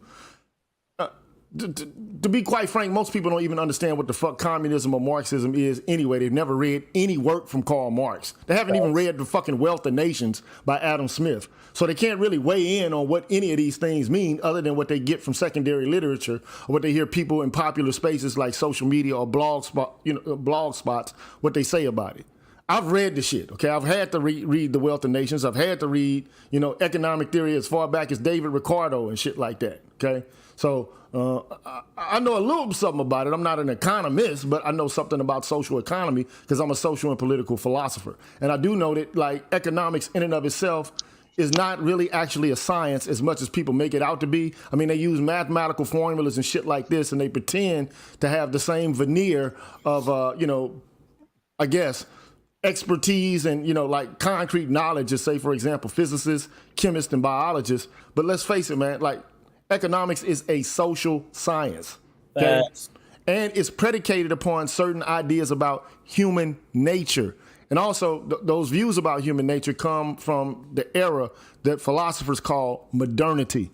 And not to say that, I hate modernity altogether, but I think there's certain ontological, metaphysical, and ethical assumptions that are made during that time period are just fucking false. Now, I mean, in order for me to go into all of that, you would have to know, like, who are the modern philosophers, who John Locke is, who, Jean-Jacques Rousseau is, who Thomas Hobbes is, who Descartes is, who fucking Immanuel Kant is, who Hegel is. And, it would take for you to have, knowledge that you should have got, in high school or, like, your earlier years of college if you went, like, just basic knowledge of the culture that you live in. But at the end of the day, all I'm trying to say is this. I haven't even gone as far as to try to argue for Marxism. All I tried to do is say this. Society is a form of conjoint social cooperation. I'm here, rich people are here, poor people are here, whatever the fucking case may be, we're all here. And while we're here, we ought to be fair to each other. Now, you can talk about this being SBE, but look, SBE does not apply to economics. All this SBE shit. Yes, it does. Yes, it does. I think SBE in and of itself is a crock of shit. Human beings blame each other all the fucking time. If not, there wouldn't be any laws. People are subjected to shame from early childhood to begin with. So is shame a form of social control? It is. It always has been. It always fucking will be. But because people in this culture, because people in this culture, because of, like modernity and the idea of rights theory, they have no shame and it's devolved into debauchery and some bullshit. Doesn't mean that people elsewhere in the world, and a good reminder of that is that woman who went to fucking Dubai acting like a goddamn asshole, and then she got her ass put in check because everybody else everywhere in the world don't play that bullshit. Where etiquette and rules of comportment. There's no shame in America. You got to let him talk, May. I'm sorry. Man, come on now. Like, at the end of the day, all I'm trying to say is SBE, that's... Shame, blame, and explain is some nigga shit created by a bunch of niggas in the manosphere to say that men not need to say anything to women because it's not going to change anything. So having conversations changes nothing, which in and of itself is a crock of shit because dialogue is the hallmark of Western culture to begin with. It's the centerpiece of modernity. If you ask about it, it's the idea there should be a free. It's actually what the first fucking amendment is based on: exchange of ideas, so that the best ideas can rise to the top. Not telling motherfuckers not to say shit because what you saying don't really mean nothing. That's some nigga shit. Only niggas traffic in this type of language. I've never seen white people use it. I don't hear Asian people saying it. I don't hear people anywhere else in the world saying shit like SBE. I don't hear it. It's non-fucking existent. Okay? Nobody says it. Except for niggas in social media spaces. Okay? So having said all that, all I've said is society is a form of conjoint social cooperation. Now, I know for one thing, if me and anybody else are engaged in a project and they not pulling their fair share, I'm gonna say, motherfucker, you not pulling your fair share. Like I used to do construction work. We used to have to pick up steel and move it from point A to point B. Now you can grab the bar and actually help to fucking move it, or we can have to drag your ass along with the bar, which means we got more weight by carrying your ass so you can look like you're actually doing the work. Now my whole thing is, if you hate free riding from poor people, then why would you associate free riding with wealthy motherfuckers as something that's noble and something that's virtuous? Free riding is free riding. It doesn't matter if a rich motherfucker's doing it or a poor motherfucker's doing it. That's the only thing I'm saying. And what we've done is, in this country, we've established a system where rich people are able to free ride in an unadulterated fashion, and it's up for people who are poor to resist against it. Now, I can tell you this. There have been various moments in history where shame, blaming, and explaining has brought about a change. Now, you can argue it might have been not black people weren't included in it, but I can guarantee you the labor movement in and of itself, you can argue that it had its roots in socialism, okay? But I can guarantee you this, them white boys, they felt like they weren't being treated fairly or equitably in the labor market. They start burning shit down and bombing shit until motherfuckers who own businesses started to listen and say, okay, we're gonna let you collective bargain and we're gonna give you a fair wage. Okay. We see that going on right now with UPS. But hold on, and the only reason I'm talking for a while is because I let 3 people have responses and rebuttals, and so now I want to make my own, and then after that, I'm going to allow BGS to speak, and then we can start this all over again with the brother who Big Biz. Okay, but he left. Okay, so but at any rate, all I'm trying to articulate is this. Free riding is free riding across the board, whether a rich motherfucker's doing it or a poor person's doing it. But unfortunately, in this country, we have incentivized rich people to free ride off poor people because, like, let's just face it, when Trump was at the podium talking to Hillary Clinton, and Hillary Clinton was basically shaming him for not having paid his taxes, right, in I don't know how many years, he doesn't have to pay taxes like a regular person that works in America because he's making capital gains money, and he can shelter that money or delay, being taxed on that money through various loopholes. And he fucking knows it. And then he just basically said, bitch, you and your friends are the ones who made the laws the way that they are because they're taking advantage of the same fucking loopholes. Mm-hmm. So at the end of the day, all I'm saying is, I'm not trying to have what people make subsidize everybody else. All I'm saying is, damn, could you at least pay what everybody else is fucking paying in proportion to what you have? You're making the people who have less pay more than what the fuck you paying. Now, I don't give a fuck what culture you come from, what time in history. Wealthy people paying less than the people who are less fortunate, that shit don't seem right to me. It just doesn't seem fair at all, okay? Period. It never happened.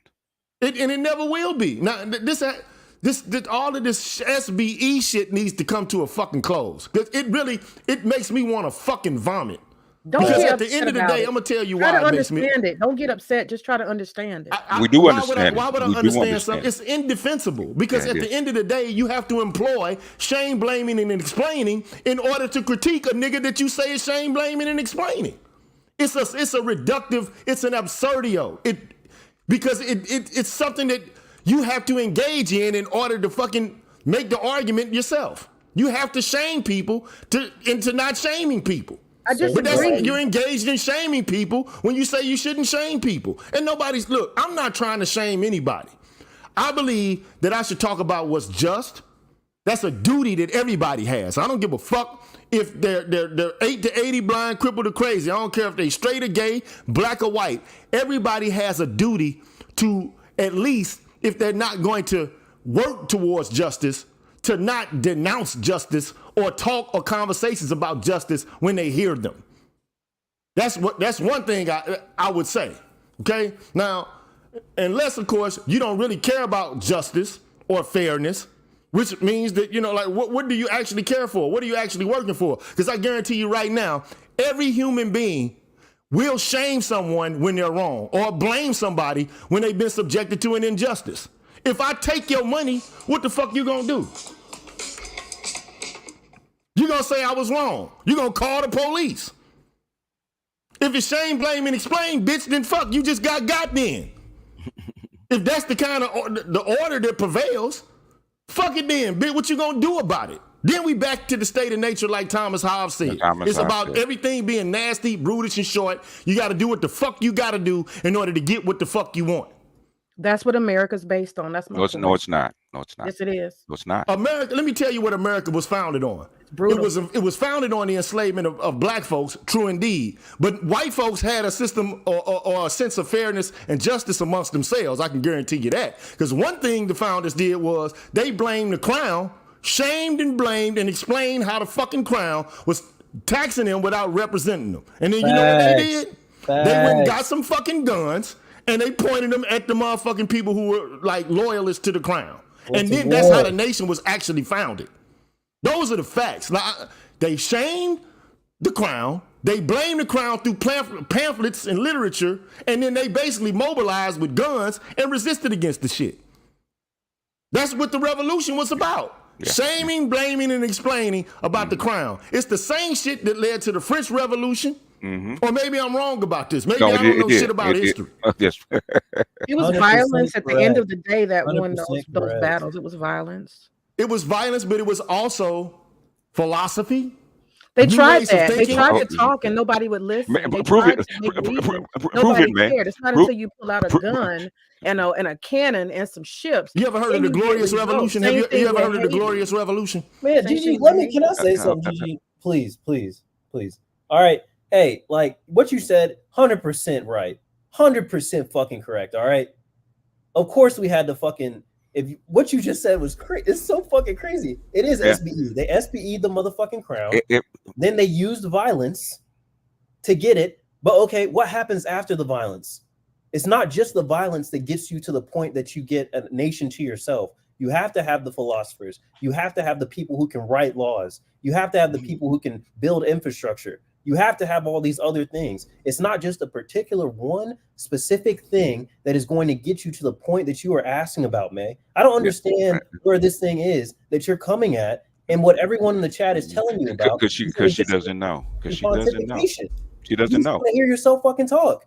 She doesn't know. She doesn't know, man. At the end of the day, look, I can see. Let me interject. I can see a black person doing something that's unfair to a white person and saying, well, that's the way of the world. I can't see a group of niggas sitting back looking at shit that black people need to have, like, say, for example, MLK. Like, the shit that he didn't pull a gun on white folks, but he did change segregation in the South, did he not? Yes, he did. Him and a whole bunch of other people moving around non-violently, they found a way to jam up public spaces, and they used shame, blame, and explain. I think that was the fucking core of the civil rights movement, wasn't it? Yes, it was. Now, maybe I'm fucking wrong about it. He had a whole bunch of justice and fairness conversations throughout, the time period or the frame in which he exercised, the initiatives related to the civil rights movement. And broadcasted all over the world. Now maybe I'm wrong. What did he get? At the end of all that, he got fucking legislation. Now, are there going to be regresses?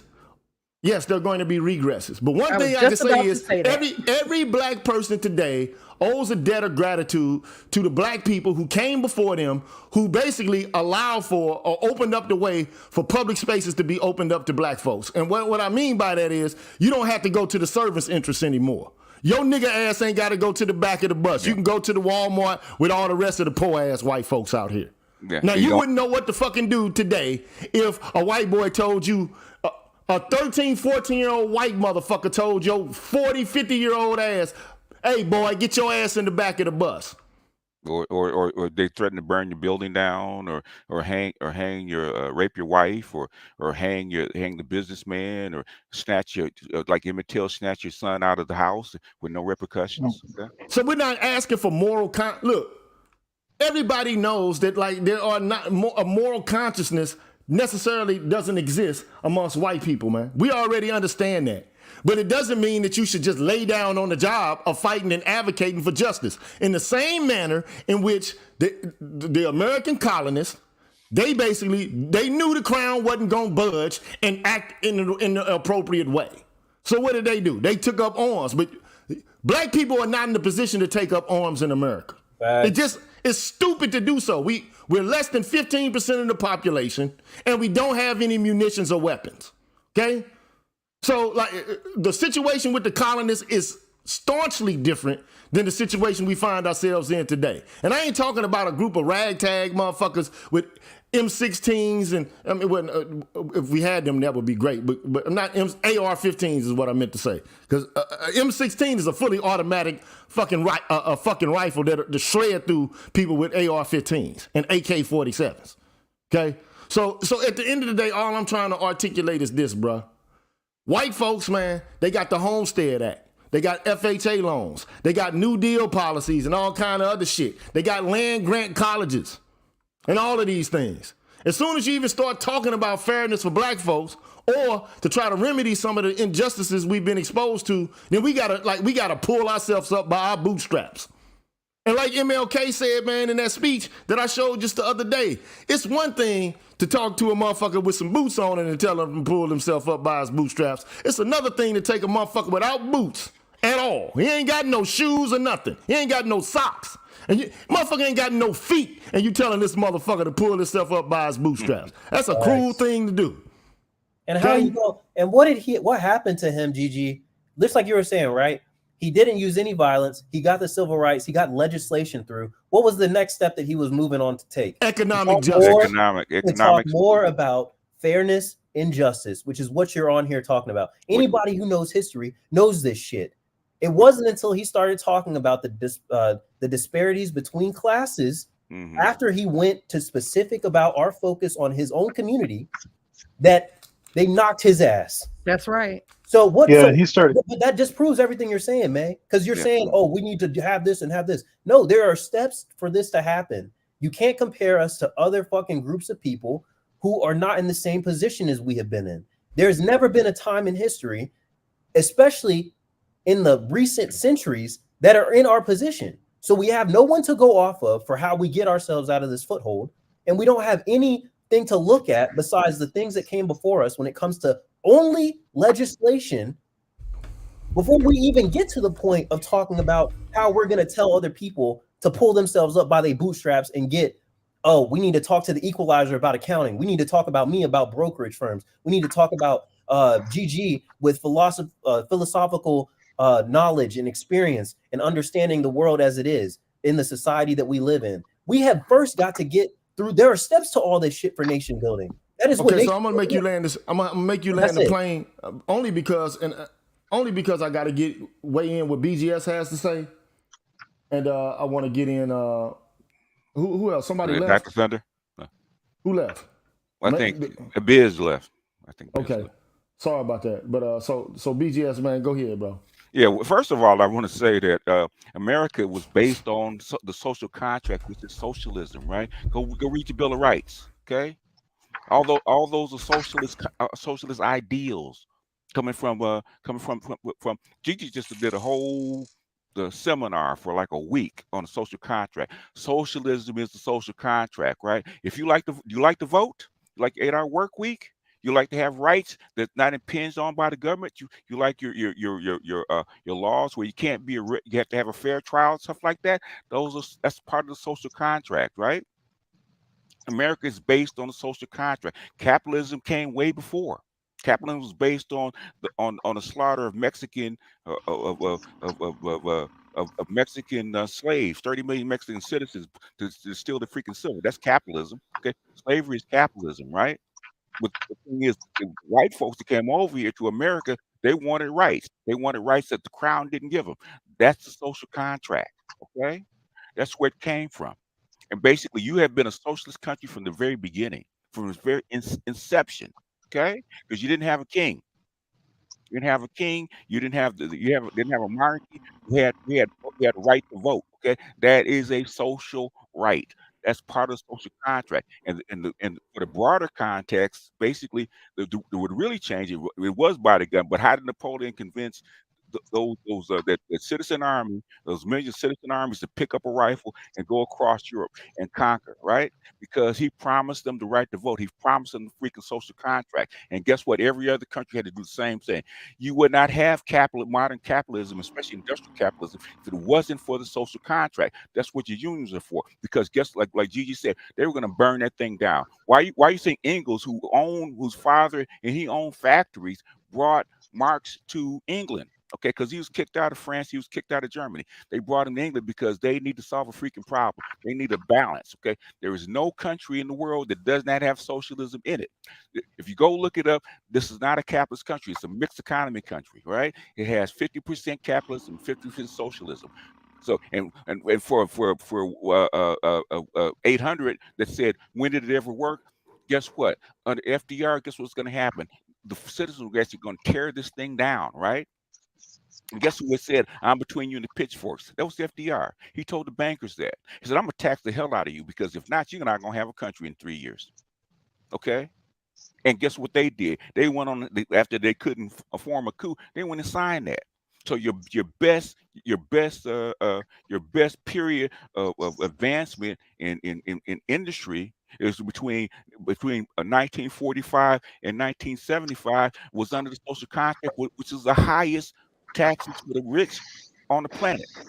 Your highest tax countries are your first world countries. If you want to see low tax countries, go to them third world countries where they don't have taxes, okay? And they don't tax the rich, and see if you want to live there. Trust and believe, okay? So this stuff that socialism doesn't exist, especially in the United States, pure capitalism, is bunk. The best run country as far as so-called capitalism in the world is in China right now, and that's a communist country, a socialist country. Yeah, and I'll land the plane. We'll talk about marriage and this other stuff in a minute, but I'm gonna land the plane right there. So look, again, the Soviet Union may not be in existence now, but that shit worked for a while. Okay, you can say what you want. It was based on Marxist and Leninist principles. It was a failure. Well, how about China? Oh my God, it has a mixed economy. Will you, May? Okay, I'll be quiet. Like, goddamn. Like, I mean, I know you want to interject and be part of the conversation, and I get you want to prove your point. She's a teacher without impulse control. So look, all I'm trying to articulate is, if I say it may not have lasted, okay, I'm still, you're echoing what I'm already saying. But it did work for a time. Now, there are democratic, capitalist countries that haven't lasted. I mean, the evidence that something hasn't lasted at all, I mean, in the Soviet Union doesn't necessarily mean that it's doomed to failure, okay? And I'm not even a Marxist or a communist. Okay, that's not even what I am. In China, again, established in 1949, embraced communist principles under the Chinese Communist Party. Okay, them motherfuckers still communists to a certain extent. Okay, North Korea. Okay, Democratic People's Republic of North Korea, highly centralized socialist state. I mean, Cuba, France, okay, still's there. I mean, Norway, Sweden. I think what Americans like to do is get caught up in the propaganda from the Cold War. Like, they see movies and shit like Red Scare and all of this kind of shit. And when we grew up, there was a whole plethora of movies about the Cold War. You saw the shit in Rocky where he was fighting Drago. You had movies about like little kids being invaded by Russians and shit, and they hometown Americans defending their turf and all of this. Like, we've been subjected to that kind of propaganda, okay, from teenage years, okay. Now, all Marxism was a knee-jerk reaction to the excesses of capitalism or in the Industrial Revolution that was taking place in England and in other places, okay, like England, France, Poland, Switzerland, shit like this. Because what you had fucking kids working, man, with no protections and shit. Mm-hmm. Okay, it's one thing for motherfuckers to make some money and to gain some revenue. It's another thing to have fucking 6-7-year-olds working in fucking textile mills. Yeah, for 16 hours a day. And having their fucking hands and shit cut off. And then they getting peanuts. Okay, like, today Americans are spoiled. Like most of y'all motherfuckers don't know shit about the labor union. Okay, which again was shame, blaming, and explaining. Okay, it was a group of guys who said we're not going to fucking work our asses off under these conditions. We want breaks. How many motherfuckers today gonna go to work without taking a break, or have understandings or rights about their rights related to the work that they're doing? They already know that they get paid vacation and shit like this. How many motherfuckers gonna say I don't want no vacation? That's socialism. How many Americans gonna say I don't want Social Security? How many Americans gonna say I don't want Medicare, Medicaid, or I don't want a child health insurance program? How many Americans are gonna say I don't want a diminishment on my taxes related to me having children? Child tax, income tax credit. Who's gonna say they don't want that? Okay. No American is going to turn that shit down. And again, like I said before, Americans, white people don't turn shit down when the government gives them a fucking thing. Nothing. But you'll have Negroes arguing that the world ain't fair and that nothing should come to your ass.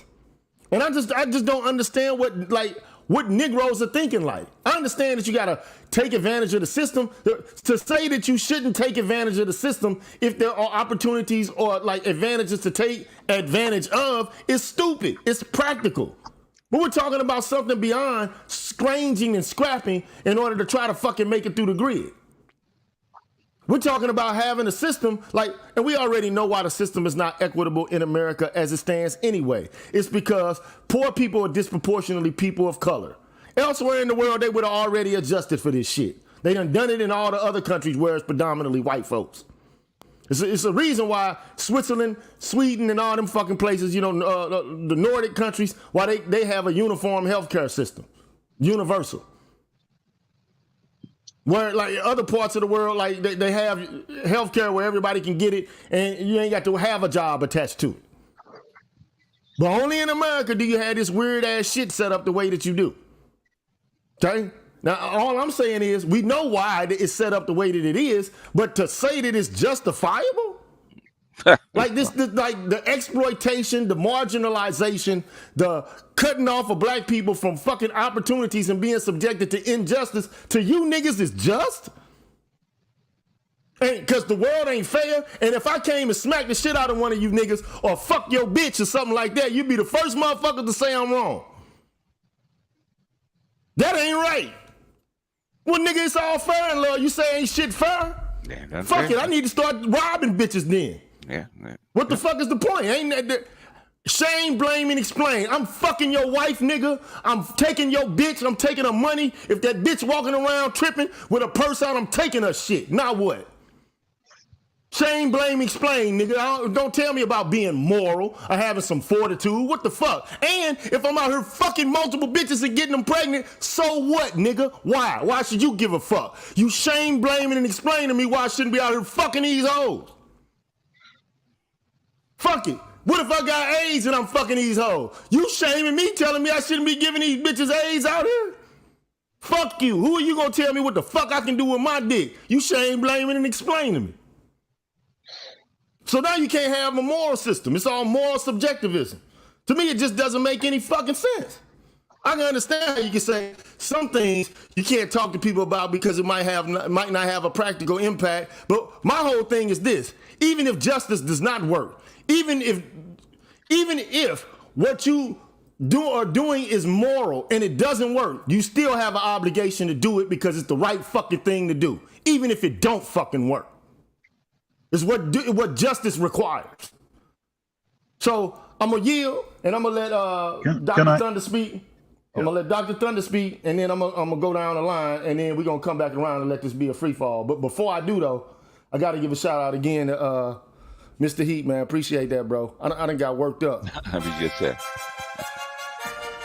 Sorry about getting worked up, man.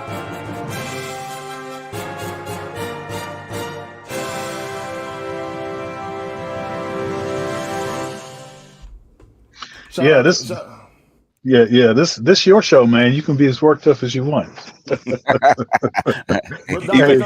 Even Dr. Thunder gets worked up from time to time. Yeah, I mean, look, Dr. Thunder, man, go ahead and kick the Willie Bobo, man. Talk to us. All right. So I just wanted to underline this SBE point that you're making, because on one level, teaching is SBE, preaching is SBE, mentorship is SBE.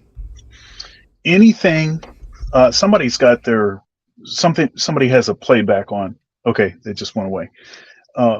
Pretty much anything where you are trying to share information with someone else so that they can be prevented from repeating either some of your mistakes or mistakes that you perceive that they may make if they continue down the same path, right? So anything along that line is SBE.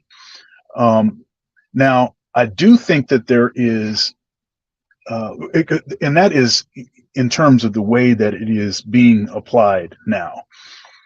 It's basically a way to divert any sort of conversation. So if you're having a conversation and your argument is better than the other person's argument, then they pull out the SBE thing. It's always kind of used in that context. Yeah,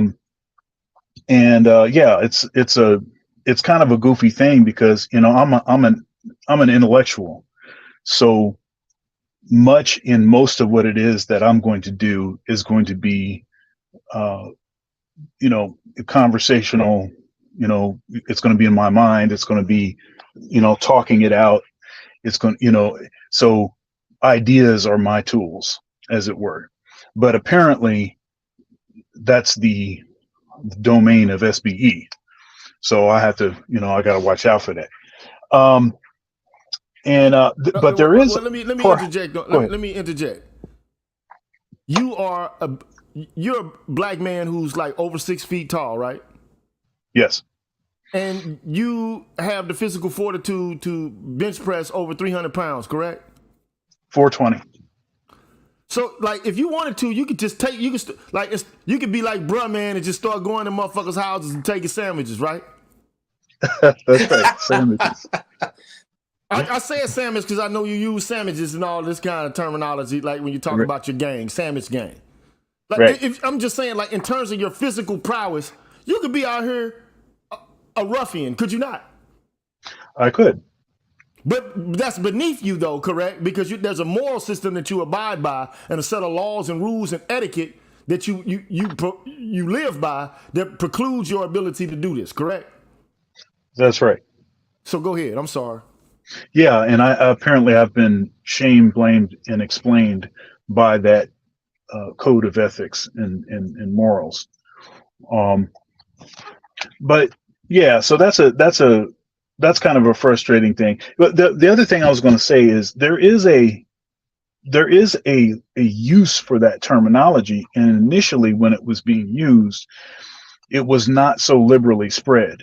But then once folks didn't actually understand what initially was being said, they started using it for everything. I would say that if you're trying to, so SBE could be if you're trying to proselytize someone that has already told you that they're not interested, right? So like you trying to sell somebody something and they keep telling you, get away, go somewhere else, I'm not interested, like this, but you keep pressing, right?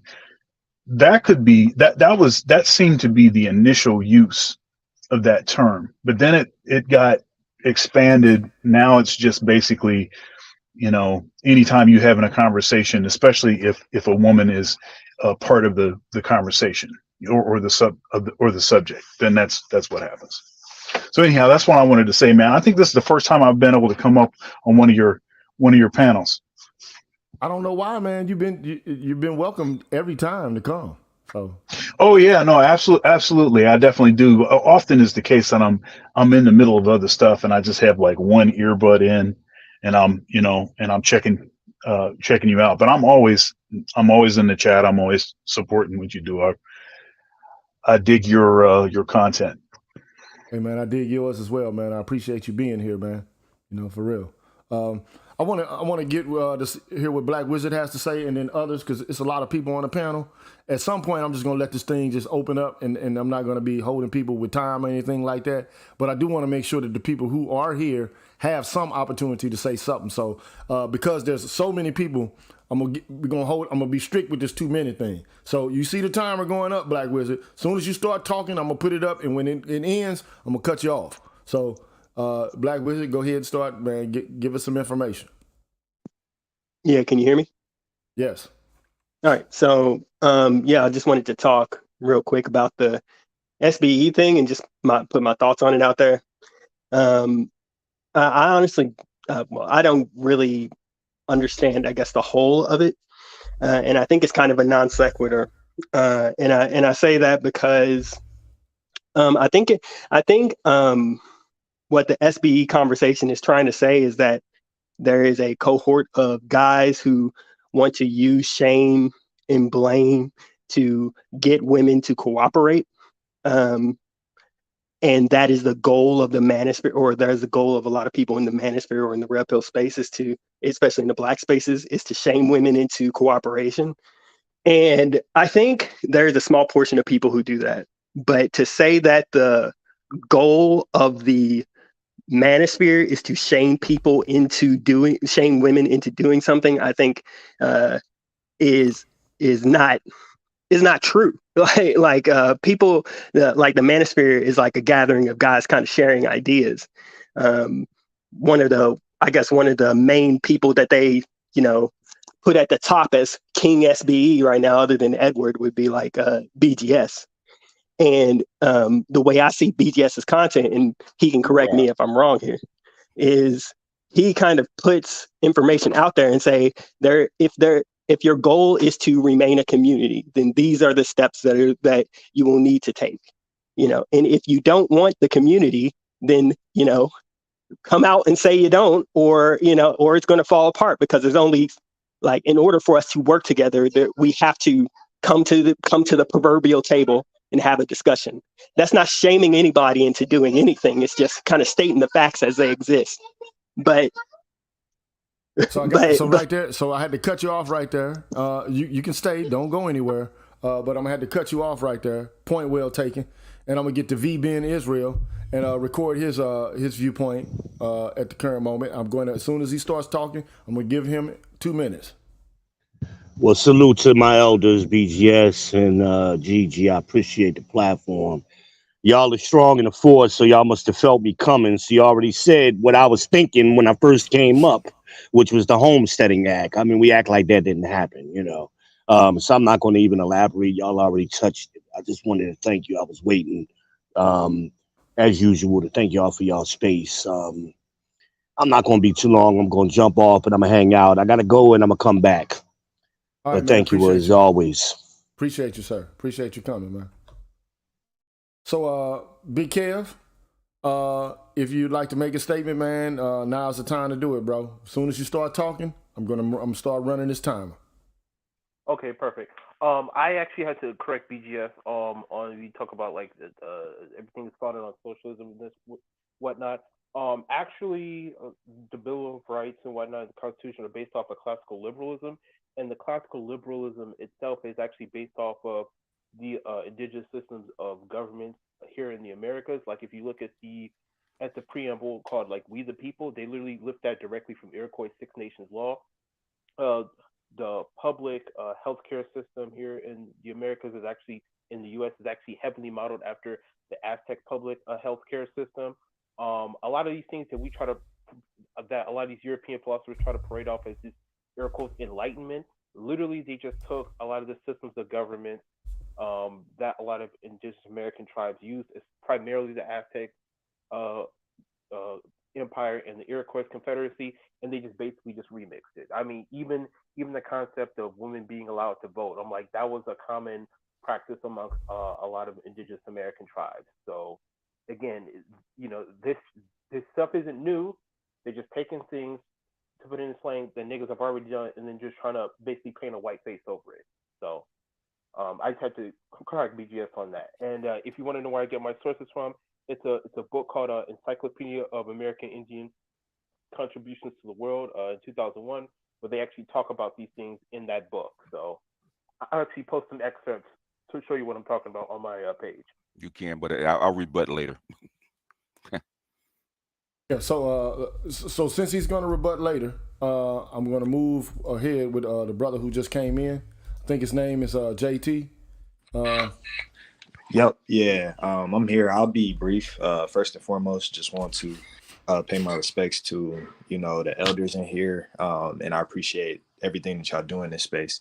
Something, I don't know if there's a topic, but something I just thought it'd be important to bring to y'all attention is like the fact that this space, in a sense, is decentralized, other than the fact that it's on YouTube. So, I mean, from my perspective, I'm thinking about like, how can we protect the community that we are building, as Black men who are exercising our amendment of free speech. That's just something I want to bring to the guys' attention. I don't really have no ideas as opposed like how to, preserve this community. For example, if they were, I believe what happened in Manosphere 1.0 was they were yanking channels, what's to stop that happening again? So that's just something I wanted to bring to attention. Appreciate y'all. For sure, man. I appreciate that. So, point well taken, I'm going to rebut, but before I do, I want to address some comments. So, it says LED International does. Dr. Gigi, I'm not worthy to bring in your presence via YouTube. I don't know why not. This is factual information and statistical information you provided, documents on the financial position of Black Americans. Why are people arguing with you? Look, I don't mind people arguing with me. I know that sometimes I'm facetious and rhetorical. I do it to drum up interest and, for entertainment purposes. But at the same time, I want to defend myself if I'm being attacked. And, I want to get my point across. And sometimes when I think people are not being accurate, or when they're being inauthentic, or when they're being, self-alienating, I'm going to tell them, if I feel like they're on some goofy shit, I'm going to tell them. So anyway, shout out to Dar as well. Appreciate that. And shout out to the people who hit me up on the Cash App, man. I appreciate you. Perry, shout out to you. Shout out to Kaylin. And, the Cash App is still working. You see it, $G with a PhD if you feel so inclined. Holler at me. But before I do anything else, I know it's going to be kind of like ignorant and self-serving, but I'm going to take a quick commercial break, man. Quick one. Don't go nowhere. Introducing Ion Fast, the revolutionary fat burn that's changing the game in weight management. Say goodbye to slow progress and hello to a powerful, natural solution to support your weight loss journey. Ion Fast potential formula combines caffeine anhydrous for energy and focus, Hoodia extract for appetite suppression, and dandelion extract for antioxidant and diuretic benefits. Together, these ingredients work synergistically to boost thermogenesis, increase metabolism, and to control your cravings. Are you ready to take your weight loss goals to the next level? Discover Ion Fast today. Visit www.ionfast.com to learn more and start your journey to a healthier and fitter you. Always consult a healthcare professional before trying any new supplement. Also, man, if you're looking for Ion Fast, you can find it on Amazon.com. I would put the link out here, but the link is too long for me to actually put in the chat. So I'll post that at some other point. I'll run this ad in, various other days or whatever. But the whole point is Ion Fast, man, is the sponsor for the day. Appreciate them being a sponsor for the day. But having said all that, man, back to this conversation. JT, you were quite kind of brief with your comments. So what I'm going to do is go back around this hoop. But I'm going to leave it open right now. Whoever wants to go ahead and chime in, go ahead. I just want to rebut real quick, basically. And me and Gigi, that's how come I asked Gigi about the social contract. We spent a whole 2 weeks backtracking this stuff. All the stuff that you see, the philosophy, Gigi can tell you, philosophy basically is a combination of all human knowledge, right? From antecedents all the way up, okay? But a direct line to what we are comes from a social contract coming out of France. Even your founding fathers were French Masons at the time. Okay, they're French Masons. Who you think helped paid for the revolution? Okay, they're French Masons. So that French socialist thought came directly from France. Okay, your founding father brought brought it here with you. Did they borrow from other people? Sure, but your social contract is in America is based on that. Okay, your Bill of Rights and all that stuff is based on that from that thought. Okay, going all the way back to Hobbes and Locke. Feminism itself, okay, is based on Locke's theory and the right and the right and getting rid of the right of kings.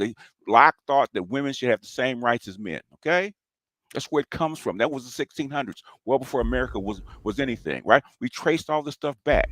We did all this work. We presented it for you. Now, if you have an argument, present it, okay? Because there's a direct line of accession, even down to basically was it universal male suffrage, right? Okay, which was promised to the French. Napoleon promised the French soldiers universal suffrage in the 1800s. That's how we got them to fight. Okay, and then once he did it, they found out we need citizen man armies to actually combat this stuff. That's when the push for universal male suffrage came, and then after that, guess what happens? Okay, the women wanted to right behind it. The universal suffrage had to come from there. Okay, so look, this is a situation in which it's a both and, but I will say that the preponderance of evidence is clear. The most commonly, stated position is that, America has deep connections to the social contract tradition. It just does. Okay. But people don't really understand it because they don't really study history. But I mean, like, you can see reflections or iterations of the social contract tradition chock through American institutions. Like, you got the Declaration of Independence. And, some of the ideas like life, liberty, and the pursuit of happiness are directly correlated with John Locke's life, liberty, and property.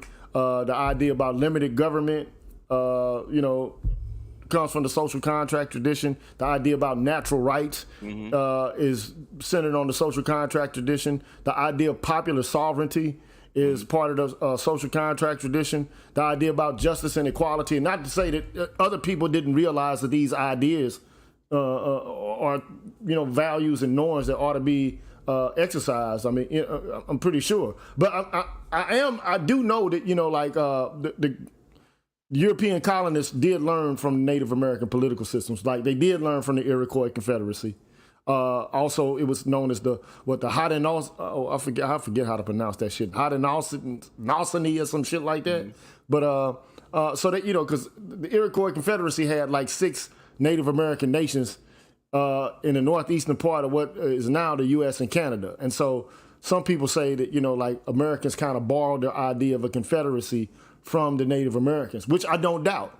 Okay. However, I mean, you can't deny the European influence as well, because these people were straight from Europe. But we set a confederacy of city-states, man, back 3,000 years ago. So. Yeah, well, hey, there's nothing new under the sun. There's nothing new under the sun. But at the end of the day, I will say this: like, the reason that you have the concept of natural rights is because men in Europe during the era of Enlightenment, philosophers, right, basically challenged the divine right of kings. Okay. Now, if you want to know about shame, blaming, and explaining, I mean, you got philosophers blaming kings for violating their natural rights. Okay. Now, one thing you got to be mindful of is before people start to go to war, they got to make up in their minds why they're going to war. They have to decide, like, why are they fighting? That comes through conversation and through dialogue and from making up your mind and developing, the resolve to actually do something about it. You don't just do shit without being, amped up to do it, or, convinced that what you're doing has some basis in what is right or what's, just or what's fair. Otherwise, why the fuck would you do it? Okay? So the divine right of kings is basically a political theory that basically said that the monarch has the authority to rule and is derived from God. So King Louis, King Henry, whatever iteration and number, they had the power of God on their side. Okay? And kings and queens are chosen by God to govern. Okay? And they have a right to rule without the consent of the governed. No, motherfucker, you don't get to choose who God made to be your boss. This is how it is, okay? And this was the norm in Europe, okay? And the monarch was God's representative on earth. It's like the pharaonic Egypt or some shit like that. Okay. Did the shaming of the monarchs work? Did it actually work in the case of the United States? Bro, ultimately what I'm trying to explain to you is they have philosophical traditions where they wrote what their shaming tactics were. They wrote them down. You can read them. Have you ever heard the first and the second treatises of government? Have you read the Thomas Hobbes Leviathan? Have you read Jean-Jacques Rousseau's The Social Contract? Have you read Voltaire? Like, I mean, you like the shit is there. It's there for you to read. It's part of their tradition. That's not what I'm talking about. I'm not debating that, brother. I'm asking you, did when they got in there red cafes and they organized and they did all of that? It's called salons. Salons, okay. They did all of that and they got together, they got organized, and they sent all that information. This is what you've done to us. We demand this, we demand that. And they had all that fancy language they used trying to shame the monarch. And my question to you, was it successful? Yes. Was it shameful? How do you Was it shameful? Was the shame working? How do you rally the people? How do you rally the people without shame, blame, and explain? It's called propaganda, man. Like, I don't get what you people don't get. I don't understand. I understand action. You know, one can say action speaks louder than words. But as it pertains to like, what do you think kids go to school to learn, man? They go to school to learn the social contract tradition. Little white boys and girls, when they go to college and shit like that, they learn John Locke, Thomas Hobbes. They read Jean-Jacques Rousseau. They read all of this shit, okay? Because this motivated people into action. Like, I people don't just understand look. that, but All what of I'm the asking pamphlets you, doing. Look, you're not listening. All you're doing is just basically trying to defend your position, which is you shouldn't explain anything to anybody. You should just act. First of all, I asked you, did it work? That's what I'm Yes, it did. Why do people study it now? Why is it the centerpiece I'm talking of the about American the political American tradition? Revolution. Yes, it The did. American Can I Oh my God, interject? you Can I just don't interject? listen, do you? Can I I interject? do. I heard what you said, but you're not answering what I'm talking I'm about. answering what you're talking All right, about. You're and saying let's did it go work? back and All books I'm and saying, stuff look, like that. It oh my was the God, guns, man. brother. GG. Look, can I ask one? So, No, hold on. I want to address this directly, okay? Look, at the end of the day, this is what I'll say, okay?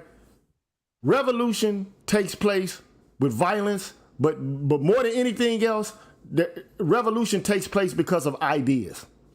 Now, anybody that doesn't understand that I agree just with doesn't that. understand history. I agree with that. Because if you don't have the ideas won't prompt people into action. They'll just be mired in the habits that they were prior, to the new advancements in political thought or moral thought or whatever the case may be. In fact, one can argue that the divine right of kings, the first instance in which there was resistance against it was with Lutheranism.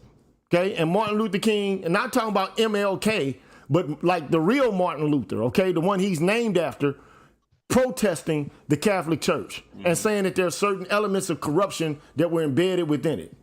Okay, you got the Magna Carta, which also was a kind of circumscription of power over kings and checks and balances from other nobles and things of this nature on kings within the context of Western or European culture. So everything takes place over time. Nothing happens immediately, okay? But I mean, when it comes to black folks, this is the thing that really just gets my goat.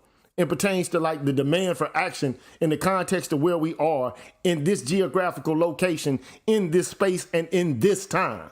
Like, what do you expect for, like, if violence is the thing that moves, if black people right now were to start a violent maneuver in the U.S. right now, what would happen to us? It's not so much about violence. We get decimated. In that case, what we're talking about here was the American Revolution. And I'm not saying violence is the answer to everything, but action is. Action is what is going to actually change things. People organizing themselves because they're clear about the actions they need to take. That's what changes human history. That's all I'm saying. How do But they you organize? guys How do they organize, man? it has nothing to do with shaming. Like right now, we want reparations. Well, a lot of black folks want reparations. And you can shame people. You can show them all the plantations. You can show them all the corporations. You can show them every different thing. You can pull out any chart, graph, or any historical book, and you can show them how they directly benefited. This country directly benefited off of the slavery of black people, of those people. We can do that all day long. Do they really care? Hell no, they don't care. You cannot shame these people. And I'm You trying did. to just simply say to you that America is a shameless country. How So anytime you're trying to shame people, you are wasting your time, is all how I'm did saying. how Yeah, did this is how this is how going on. did you get civil rights, May? Did they pick up guns to get civil rights? I didn't say that violence is the answer. That's not my No, no, no, point. no, no, no, My no. What I'm point saying, is no, no, no, organizing no, to no. Listen, action. listen to me. Listen to me. Organizing to Listen, action is what you do. listen to me, right? Martin Luther King. Go back and look. I'll give one thing about the movie Selma, right? That was probably one of the best movies she ever made, right? What did they do? Okay, they shamed America in front of the rest of the world. Okay. And they blamed them for rights. In other words, you want to rule us, you want to take over us, you want to run us, but you can't even do right by your own people. Okay, by your own, the poorest and most downtrodden of people. So you're trying to make a moral argument to the rest of the world because you can't force the rest of the world to follow you. Okay. So what did Martin Luther King do? We have TV, we got radio. Guess what we're gonna do? We're gonna show them, we're gonna shame them in front of the whole world. And guess what they had to do? They had to give you rights, May. They didn't shame them. You know what they did? They started using economic power, and that's why they got rid of him. Go Because back. he realized we have to organize and take different action. Them white folks are not ashamed, because if May, they were ashamed, hold on one second. If they Okay. were ashamed, we would have reparations right now. No, They would you have go- already said, "Yep, you're Okay. right. Yep, slavery. Yep, we did it. Yep, yep, yep," and give us our money. That's not going to happen. It never will happen. Ever, Man, ever, ever. what the fuck we Because gonna we're do in a then? moralist. Let me just finish Stop this talking. statement. Tell us what the answers is. Fuck all this shit about the shaming shit. Tell us what the answers are. Give us a 10-point bill on what niggas need to do right now in order to act to get this shit right. Tell us right now. Fuck all the skirting around the issues. Give us some direct language about what the fuck niggas need to do. You know how like you get instructions on how to cook hamburgers and shit like that? Take the meat out, put it in the balls, put some salt and pepper on it. Tell us right now so we can know once and for all what the fuck we need to be doing. My opinion. Are you serious? Serious. Okay. All right, I'll give it to you. And I know y'all gonna laugh and y'all gonna have all kind of stuff to say, but Just I'll give it to us. I'll give it to you. Okay, I don't have all the answers first and foremost. I'm gonna say that, in my opinion, is my Just opinion. give it to us. I'll give it to you. The first thing I think that we got to do is we got to understand that we are in the belly of the beast, and what it is what it is. Let's It is not explain it. going to change. Let's I'm explain telling it. you, Let's it is explain it. not a moral society. It is not a explain it. shameful society. More explaining. Yep. That's More more explaining. What? Yep. What are you saying? You just explained. Tell us what He's we saying need to what do. man. steps are what steps are required. That's the What first steps? thing. This is the Okay, action. number one, let me say it. Number one, you got to understand the nature of what you're dealing with in America in its totality. Number More one. explaining. No, I'm telling you, Yep. that's what you need to do. That's, It's no, understand No, where that's you're at. That's If you don't explaining. know where you're at, you got Still a problem to explaining. start That's with. Number explaining. one, know that. Number two, the next thing is we as Black people got to start moving in units, in family units. We have to build family units, husband and wife, not gay, husband and wife. And we have to, at that point, the third thing is we need to make sure that we are building generational wealth by having children that we are training to inherit the wealth that we have. Number four, we need to start being more independent of this system. And I'm not saying out of the system. You got to be self-employed, start a business, start a hustle, do your own thing, get out of these low income brackets and systems. You have to do that. Number five, you have to plan your life. You have to plan every single thing. And I'm going to stop at five. I could go on, but I need to share the space. Number five, you have to plan everything. Where are you putting your money? What are you spending your money on? What's important? What's not? Use your family networks. Your wife's family, that's a network. If you marry well, if you marry a good husband, you have networks and foundational wealth. You have children. You operate together as multiple family units and network. You have to do that. That's my thoughts. Okay, how's that gonna get Can I us say- reparations? you No, how's just- it, no, can I no. answer? How? Can I No, jump hold in? on a second. How is that gonna get us reparations, man? Brother, we wasn't talking about reparations. We were talking about the state of Black people No, no, struggling. no. You talk about. You said reparations. Let's just No, move we the were not ball. talking about reparations. Move the No, goalposts. you never. I already Keep said you're on not going to get reparations Keep on playing. ever. Huh? You're not going to ever get reparations. I already Okay. said that. So in other words, Never. in other words, what you're saying, because that's the Booker T. Washington model, right? Guess what happened to all those cities that tried that stuff without social protection? They got burned down. They got hung. They got snatched out of their houses. Okay. They had snatched a house what you're talking about is basically based on the civil rights that was granted to you in 1965. Without that, you could not do any of what you're talking about.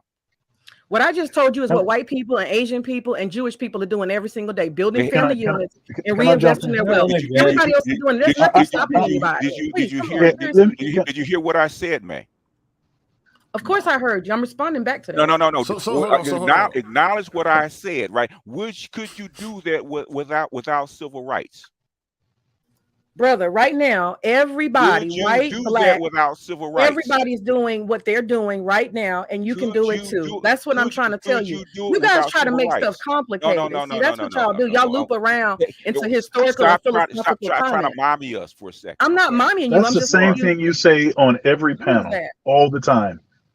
That's the same thing that you said on when you were on my channel. What did I It's the say? same thing you tried to say to BGS What did I say? before. This thing about we try to make it complicated, and You it's guys really do. easy. Y'all make it But you extremely don't. complicated. It's not But that then, hard. yeah. But then you don't actually give anything that's actually I just simple, because told you each it's one of husband. those. I That, just yeah, told you it's yeah. simple. But each one of those points It's complicated. requires shaming and explaining. No, it doesn't. Yes, No, it it does. Yeah, doesn't. absolutely Hold on, I'm gonna does. tell you Before why. you can get. Let me. Wait, Can I answer this? let Gigi get in. Go ahead. Can I answer this question? Go ahead. Number one, Go ahead. first of all, we need to know where we at, right? One of the things I do on my show is to try to explain the nuances of history and the subtleties of history, so Right. motherfuckers can know where they at and what conditions they actually in. Yep. Okay, so they don't burn in the pot like a frog and like Yeah, just but get you want comfortable them to with be the. wrong. Hold on, May, man. May. God damn it! Shut up and fucking listen. Okay, God damn okay. it. I don't want to get cussed out. I'll be quiet. Okay. Number two, you said we need to build strong families, right?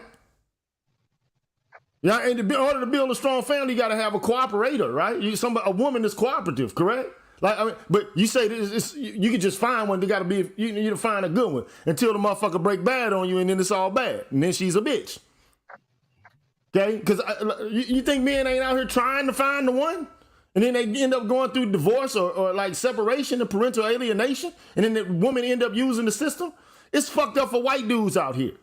They getting taken through the ringer. They got a whole space called the manosphere, and they talking red pill shit. Even more than us. Yeah. You got men's rights activists like Paul Elam and a whole bunch of other motherfuckers, Warren Farrell.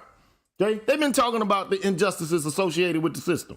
Okay, so you got black men. We had an opportunity directly after the Civil Rights Act, because that was the time of the Black Power movement. Okay, everybody was talking about what time is it? It's nation time, and it was in reference to a black conglomerate moving holistically in order to get shit done and achieve shit, collectively. Guess what ended up happening? Everybody went in their own goddamn different directions. And it wasn't black men who fucking decided this. It was black women and a whole bunch of other motherfuckers that decided to up and run and do what the fuck was best for them. Black gay motherfuckers did what was best for them. Black women did what was best for them. And now everybody else has got to try to, what is our job to go marry these chicks now when they telling you, fuck you? You ain't making enough money for me? What the fuck? Look, I can't. The dating relationship between black men and black women, man, in this country is fucking poison. It's toxic. It's transactional. Okay, and I don't know if it can be healed. I personally don't know. But the nationalists already knew that if you're gonna have a strong community, you gotta have strong families. You know what the black feminists did? They said, fuck the family. That all the black family is the black woman and the child and a whole bunch of other motherfucking women banding together and fucking carrying water and fucking watching each other kids and shit and getting sperm donors from various niggas from place to place. That's how they made the game. That's what they decided. And this is all predicated. That's why I say black culture is a concubine culture, because it was a slave-based. That's a slave-based kind of fucking culture.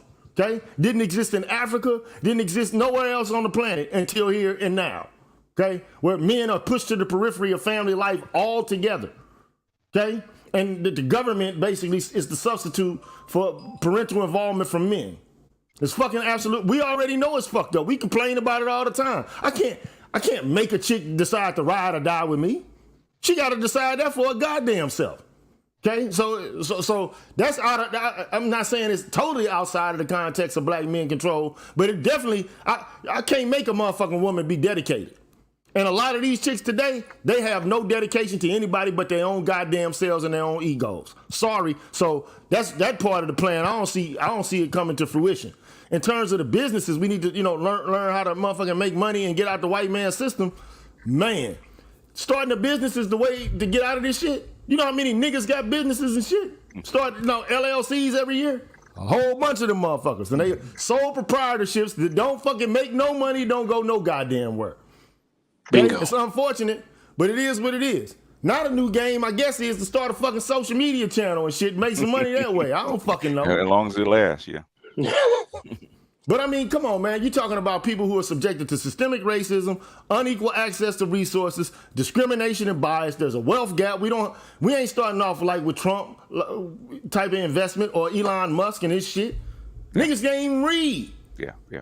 And, you know what? I'm glad you said that. Niggas can't even fucking read. You know what, Gigi? That is, this is the reason. This is the reason that I wanted people like you, like the Dr. Thunder, like Dr. T, to come in here, man, because you guys have the knowledge, and there's a whole lot of people in the academy that know this stuff that will not say it, right? Will not say it out loud. And the unwashed masses, we're guessing, right?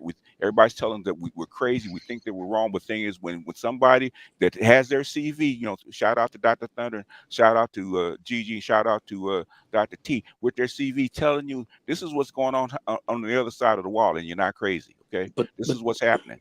So, but the unfortunate problem, it's not a problem really. The unfortunate thing is that what they're saying is that these are uppity Negroes. I mean, you can't win.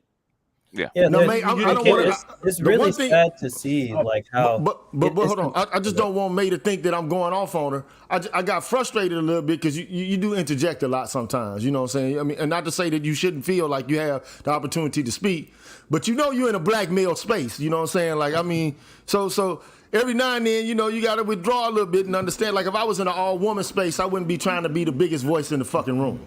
You feel me? I'm keeping like if I was around. And I have been around a bunch of women in a whole bunch of spaces, and I'm gonna be like, okay, well, like, y'all do y'all thing. Like, I'm gonna listen. Now, if you ask me to chime in, I will chime in. If you want me to be like like I'm gonna be self-expressive, but I'm not gonna be like, like you bitches, you stupid assholes. I'm not gonna talk to them like that. And I'm in their space. Somebody got some hum in their mic. I don't know who that is. Hey, can I jump in here real quick? I just wanted to clear up a particular point, because May, you seem to think that if you can point out that something hasn't been effective, that is a winning argument. But I don't think that that's necessarily the case. So when you said, did this shaming or whatever, did that work? That's, even if I say, no, it didn't work, you still didn't prove your point. So I think you need more than that. That's one thing I wanted to point out. The other thing I wanted to point out is, again, with the problem with, well, I'm gonna park it there. I do have to get going. Gigi, you mind if I plug something for tomorrow morning? Man, hey man, by all means, please plug it. Please put it in the chat, and I'll do the best I can to make sure it gets promoted and proliferated, man. Thank you. Yeah, so tomorrow morning I'm actually going to be talking about SBE, and I've come up with this term called SBE fatigue. SBE fatigue, and I'm going to be taking a look at Ramil Amir, which is one of the main progenitors of this term. Him and Ty Titty, that's where it came from. He's looking at. Anton Daniels did a recent stream, and so he's looking at that, and Anton is sort of having a moment at the end of the stream, sort of questioning why it is that he's doing this. It's one of these open panels where he's talking to women, he's talking to different people, and Ramil is basically saying that he thinks that this SBE likely also contributed to the death of Kevin Samuels, and that's one of the reasons why you shouldn't do it. Right. So anyhow, I'm going to take a look at that. Right. I'm going to take ridiculous. Yeah. I'm going to take a look at that tomorrow morning. I actually had a poll on my community tab asking about something about schoolboys trending conservative, which is, there's a recent study that came out that's showing that. Or this Anton Daniels SBE fatigue thing. So they voted for SBE fatigue. So that's going to be the open panel tomorrow morning. It'll start at 8:30 a.m. 8:30 a.m. Eastern Standard Time. And thanks again, Gigi, for allowing me to contribute. Hey man, I appreciate it, bro. Man, hey, you rock, bro. Thank you so much for being here, man, and coming through, man, and chatting with us, bro. Appreciate that. All You right? got it, man. So look, Can I before I add- start, before Marcus, I'm gonna get you in a second, right? I just want to do some housekeeping real quick. D. Skivelli says any person that had their butt kicked, any country that's been conquered, always have a propaganda party put on them first. That is Hitler. Everyone, which is SBE. I don't knock those brothers' opinion though. So in other words, he ain't knocking the SBE cats, which is cool. You know, I wouldn't be knocking them if they weren't knocking at my door saying shit about me. You know what I'm saying? Which, if you don't agree with what I have to say, fine, man. Go build your home, man. Go build the black nation up from the ground up, man. I want to see it. I want it to be successful. Can I? No, you cannot. Oh, okay. You gotta wait. Okay. But also, I want to give a shout out to Mr. Heat Ibmore. Shout out to him again, man. You my nigga. If you don't get no bigger, man. Real talk, straight up. So shout out to him. One of the things I want to do though, I want to show some shit real quick though before I get to Marcus, and I'm gonna give him room because he about to go on in about 30 minutes. Look, you want to know why Kevin Samuels died, man? What's the leading cause of death for black men between the ages of 35 and 54? He's sitting there looking at you right in the face. Homicide. No, that's Heart 15 disease. to 34. Oh, you said what's the age group? 35 to 54. Like Kevin Heart Samuels was like in that Okay, I range, see wasn't he? Yeah, I see Heart it. disease. Niggas dying of heart attacks, and that's functional. It's part of their diet. You know, it's how we eat primarily that's killing us. You know what I'm saying? We don't go to the doctor, and there are reasons for that. You know what I'm saying? But also, we don't get out and exercise like we should. So we don't eat right, we don't exercise right, and we don't go to the doctor, and we do have a lot of stress. But, you know, like one of the things you could say, you know, taking Viagra and you know, Yahimbi and shit like that and horny goat weed, you know, these are stimulants that can fuck with you and impact your health. Now, I ain't saying that's what Kevin Samuels was doing, but I do know a lot of black men die from heart disease, bro. And when we get even older than that, we start getting cancer and shit. That's what a malignant neoplasm is, okay? So this is what's killing us. Cancer and heart disease and strokes and shit. That's what cerebral vascular is, okay? We get strokes, we get heart disease, and we get cancer, okay? It kills us, okay? That's why Kevin Samuels died. Just to clear the record. We got to start telling the truth, man. All these niggas, man, I'm no disrespect to anybody who comes up with any content, but like we gotta be more like proficient, and we gotta start fact checking the things we say, bro. You know what I'm saying? Because a lot of times we just throw shit out there, and it's all predicated upon folk wisdom, and it's not brought under any scrutiny and, you know, sifted through like a fine-tooth comb, man. We got to be better than that, bro. That's all I'm saying. But anyway, I'm gonna defer right now to my nigga Marcus and kick the Willie Bobo with us, man. You know, talk to us, man. I'm gonna make myself bigger, not because I feel like I'm bigger than y'all, but you know, right now I'm just on some shit. It's funny that you just showed that because you know, I'm going to be speaking on a few of those things when I go on. I'm somebody who's very, very, very, very educated in the health and fitness and nutrition area.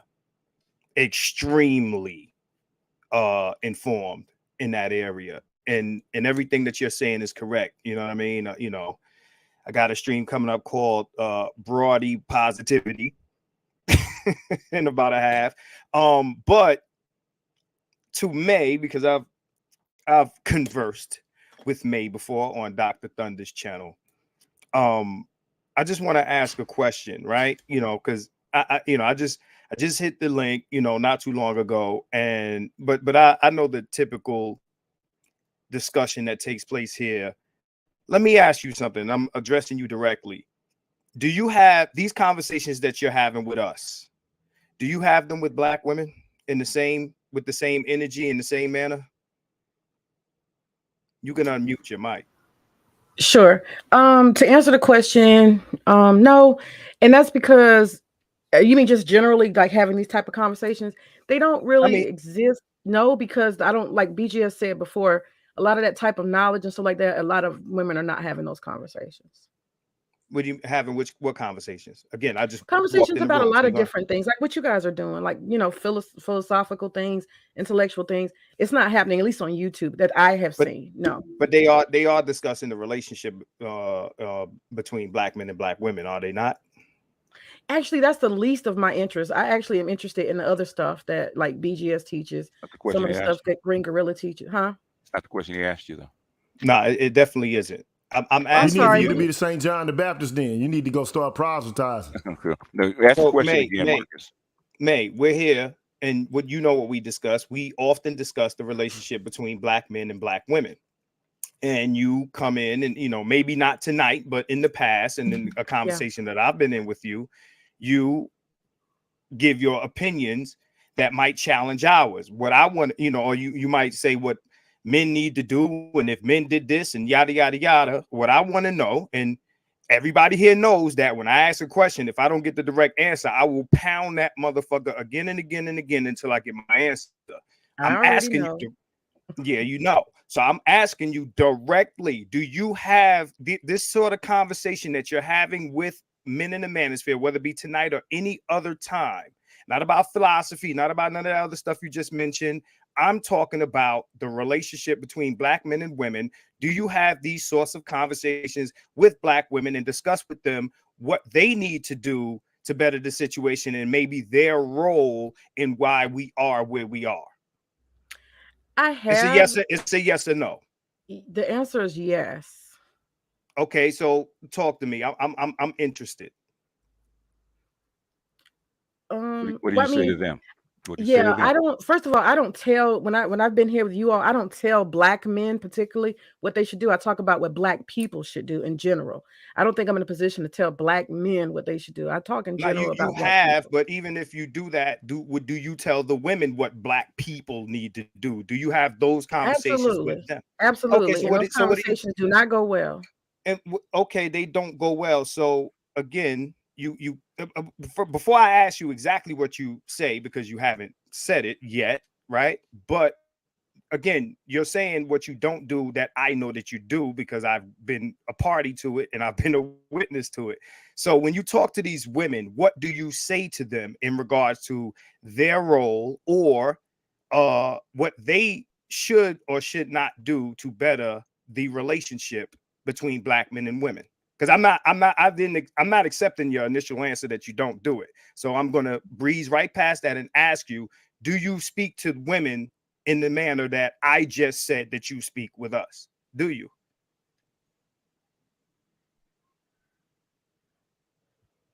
The You have the to think nature of about it. the thing is that the conversations that I've had with women, they're not so much intense like the ones here. They're more like commentary about some social event that just happened. And so it's kind of like a collective commentary. You guys are more direct, engaging, and debating. And so I But you don't said really they get don't. a chance You to do said they that. don't go well. You said they don't go well. So you saying that My those opinions conversations don't are go not well. as No, they don't you said land those well. conversations are not as intense, but you also say that those conversations with the women don't go well. What does that mean? What I'm saying is that like how like me and you're talking, it's very one-on-one. That doesn't really happen in the spaces where I have engaged with women or where they have the opportunity. It doesn't happen where you actually get to have an exchange back and forth, back and forth. It's usually like a collective group of people and people just jumping in and saying something. So that's why I'm saying it doesn't Okay, have the level of that's depth. fine. What do you say though? You haven't answered this yet. What do you I didn't get a say? chance yet, but I'm listening. No, I'm asking you, what do you say to these women that they are so collectively ignoring you about? What do you Yeah. say to them?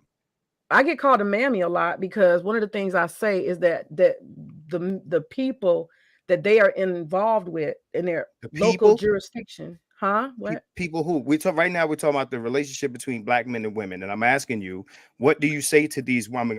Again, I this was is me banging this hammer. What do no, you I'm say to these explaining it. women in regards to? Let it get it out first, and then you can rebut it. Go ahead. 'Cause I I'm ain't got that much explaining it. time. You know what I'm saying? Well, no, I was explaining and you stopped me. But that's what the first thing I'm saying. That's one of the things I get called a mammy for is because I say that in their local jurisdiction that they are probably likely around people who make them see black men a certain way. And I tell them that black men are not what you're saying, these negative things, these stereotypes. That's just not true. That's not in the real world. That's not what I see. And so those things like that. And that's when they go, they start saying, oh, you don't see the numbers, statistics about black men killing black women every 2.5 minutes and stuff like that. I just disagree. I just totally disagree with that. That's fine. And But what do you say to them is their role? Because I'm sorry to didn't ask me interrupt, but I about got to role. get to this. Okay. I got to You get didn't to ask this me about point. role. I did. No, you I didn't. did. You And didn't say the everybody word heard role. me. No, He said everybody he heard said me. 3 times. Yeah, he did say it. I definitely did. What You do asked you me what say do to people them is say. Go ahead. Listen, May. Listen, May. what do you say to them is their role, what they are or not doing or should do to improve the relationship between black men and women? Well, the conversations that I've had, the things that I have offered is first and foremost to stop viewing black men the way that they view black men, and therefore they can have better relationships with black men. Forget And their that forget their views again. Let her get her points out first, Marcus. It's So 6:01. I got a few minutes. the Go ahead. I know. so the role that I was saying to black women is being a sister, like being, and because I've tried to promote marriage. I get shot down about that a And lot. you got to make it succinct, May. You got to make I it just told succinct. you I try to promote marriage and being a wife, and then most of the time the conversation is black women don't actually benefit from marriage. It benefits the man more. So it's kind of like I'm in the middle, and I just do not. Either way, it never goes well. Okay, I'm However I gonna think. reword my question because you're not getting you're going around it. What would you say, in your opinion, are the behaviors and the actions that black women perform that deteriorate the relationship between black men and women? I want to hear you say it. Well, What is first of their all, I role? don't want. What is Marcus, let me their say this. shortcoming? I don't want to be accused of derailing the conversation. I don't want to be accused of hijacking. I don't know that you guys want to focus on my thoughts that much because in the chat, you know how No, they I'm asking you. So I do want to focus on them. So that's why I'm asking No, you. So you only got a few minutes. Can you make it succinct? And just answer? I may. Don't tell me what I don't want to do. I'm asking you the question directly so you can give me the answer. It's cool. We ain't gonna get you. I And want to if know what if you don't have it, say you don't have it. right. Okay, I don't have it. Okay, you don't So have it. then you you don't have an idea or you're oblivious to the black woman's side of this issue. I just told you what I offer. No, I you said didn't tell that I would think me that we anything. should You be. told me about their opinions of black men. I asked you, outside of that, We have sometimes sometimes. what actions and behavior. No, I'm going to be. You're not going to bob and weave me. What actions You're trying to catch or somebody that's not behaviors are God. black women performing You gotta in go, black Marcus. culture? Right? What are they performing in black culture that contributes to the deterioration of the relationship? Black women. I think first and foremost, I've talked about that too, that we as black women have to be guardians of our womb. That's where it begins with, number one. And therefore we should be wives. And I've had that conversation with BGS. We should be wives before we have children. Our husband should be the father of our children. And we BGS is have not a a black family woman. unit. Let her What do finish. you Let her finish. Let her finish. Let her now finish. she's telling me what she told you. I'm asking her. No, I'm telling you, that's the action that I think that black women, that's the correction that we should make. That's what I said. The womb and what else? Huh? The womb and what else? I'm saying protect your womb and be put our clothes back on. Talked about that the other day with Sexy Red. These hoes are winning and it's sad. We as black, and I don't think it's all black women, I think it's black trash. But since we're saying black women in general, yeah, putting our clothes back on, carrying ourselves for self-respect, all those different things. Being wives and not just, what y'all call concubines and having children all over the place. All of these things are, but more, like I said, I began with our attitude towards black men, the way we see black men. Stop buying into the stereotypes. Those are the things. So let me ask you this, and this is I want to do this before I get out of here. And G, thank you for giving me the floor for this few minutes, right? For sure. Right. If that's the case, that's how you feel. Because I'm trying to figure out where you differ with us to the point where you are compelled to jump into these conversations where we're saying these things. If I want to know where the difference lies between how you feel about Black women and what you say to them or what you think about them and their contributions to the deterioration of Black relationships and what we say. Where is the disconnect?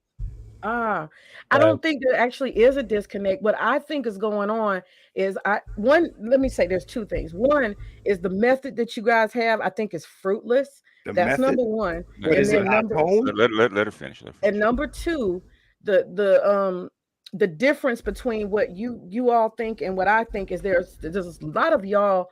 Well, I won't say y'all, but there's a lot of people in the manosphere that they say F women, we don't want them, MGTOW, Monk, we don't want to build a community. There's no community. F Black women. That's where we differ. I don't think that's ever going to be an answer. So let me ask you something, right? So you think that if we spoke nicer, that they would change?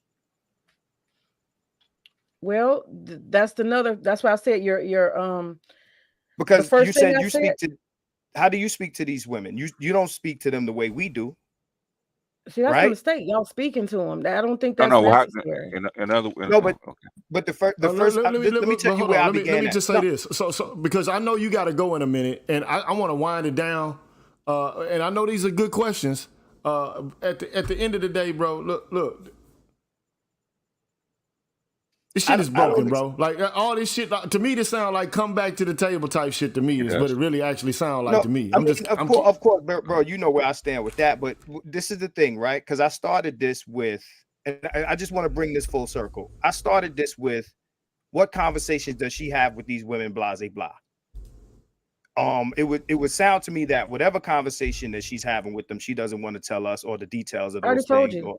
No, you kind of didn't. But at the end of the day, what I'm saying is she's telling us that the main problem with our discussions is our tone. Mind you, we're talking. No, I didn't say that. I did not say that. I said nope. I did not say that. The shaming, and I said you shouldn't even be talking to him about him. I think that you, as a man, do not have a woman, or should not be the center of your universe. You should not spend hours a day talking about women or caring about women. They are not that important. They're just not. Women are not that important to get that much attention and time. The next thing I want to say is this. Let me just say this real quick. But we think they are. We think they are, but go ahead. Y'all shouldn't though. That's the problem. That's the problem. Shit ain't got nothing to do with women. Don't spend too much time thinking about men. I promise you. Let me correct something. All right. Real quick, because it's going around. Yes, I am. At this moment, I am shaming. May. I don't like that. Doesn't mean anything. May, and then I'm rolling. We don't talk to women. But you talk about women constantly. I know, but you're saying we shouldn't talk to women. I'm correcting you. We don't talk. You shouldn't to talk to women, or you shouldn't even be worried about women. Stop mommy and us, okay? For a second. No, let me. No, first of all, don't tell me what to or not to worry about. I'm not. But you're saying what we shouldn't do. If we should, first of all, we should. What are you doing? I said, waste your time. Do it. Thank you. No, I don't waste time. What I do is I tell other men what to watch out for. That's not a waste of time. No, y'all are complaining in a circle. That's no, what nobody's complaining. No, let me y'all are complaining about women you shouldn't want or care about. If you guys don't live around ghetto trash women, why do you care about ghetto trash women? Green Gorilla, please tell me. Hey, Chad, why do you not care about women? Okay, so look, we hold on. Okay, so look.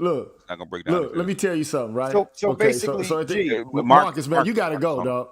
You got 20 minutes, so we gotta start winding this shit. Look, I gave you hella time. I'm gonna give you more time if if we ain't under time constraints. You know what I'm saying? So at the end of the day, she asked me, why are we worried about like funky, nasty, ghetto ass bitches? Okay? Exactly. I'm gonna tell you why. Cause them motherfuckers are mamas, they are sisters, they are aunties, and our fucking nieces. And even you know how you ever heard Juvenile say in the song, "Huh? You come up with that nigga, huh? You stuck with that nigga, huh?" Because to some degree, we are interconnected inextricably with bullshit, okay? Now, every man that's born, that's black, if he ain't born to coming out of a white woman's womb, primarily he's coming out of a black woman's womb, right? No, maybe I'm confused about this shit. Maybe has black children primarily being birthed from white women's legs, or are they primarily coming from black women's legs? Black women. From black women. Okay, so the earliest teacher to that boy is gonna be a woman, right? Absolutely. So at the end of the day, there's no way a Negro can escape dealing with gynocratic culture. We are fucking stuck in it. We trying to find a way to get niggas to escape it, and the only problem is we can't get them to escape it until they're fucking fully adults. That kid has a father. So let me say this to May. May, understand this, right? You know, yeah, like G said, he's talking while I'm talking. Auntie, grandmama, talk about daddy, cousins, and all of them. No, we talking about the majority of. I'm asking y'all where the daddy is. Our primary.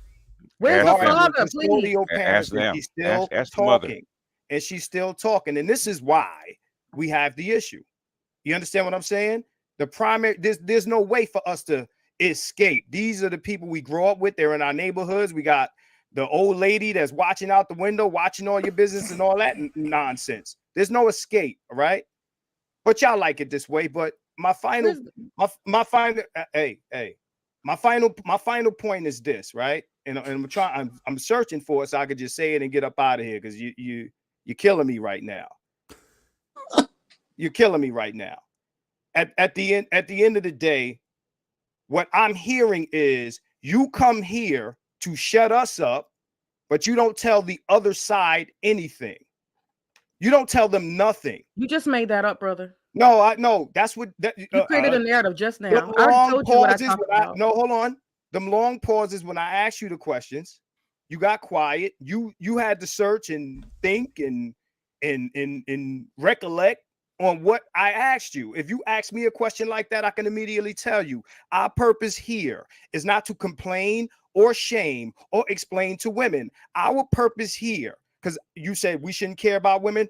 I don't. I ain't gonna say we. I'm gonna say I don't. I care about the next generation of black men that got to go through the bullshit that we went through with this generation of women. So I get on this shit to talk to them about y'all. And don't tell me I can't, because that's not your business. You can waste your time if you want to. No, it ain't a waste of time. It ain't a waste of time. Let me tell you why it's a waste of time.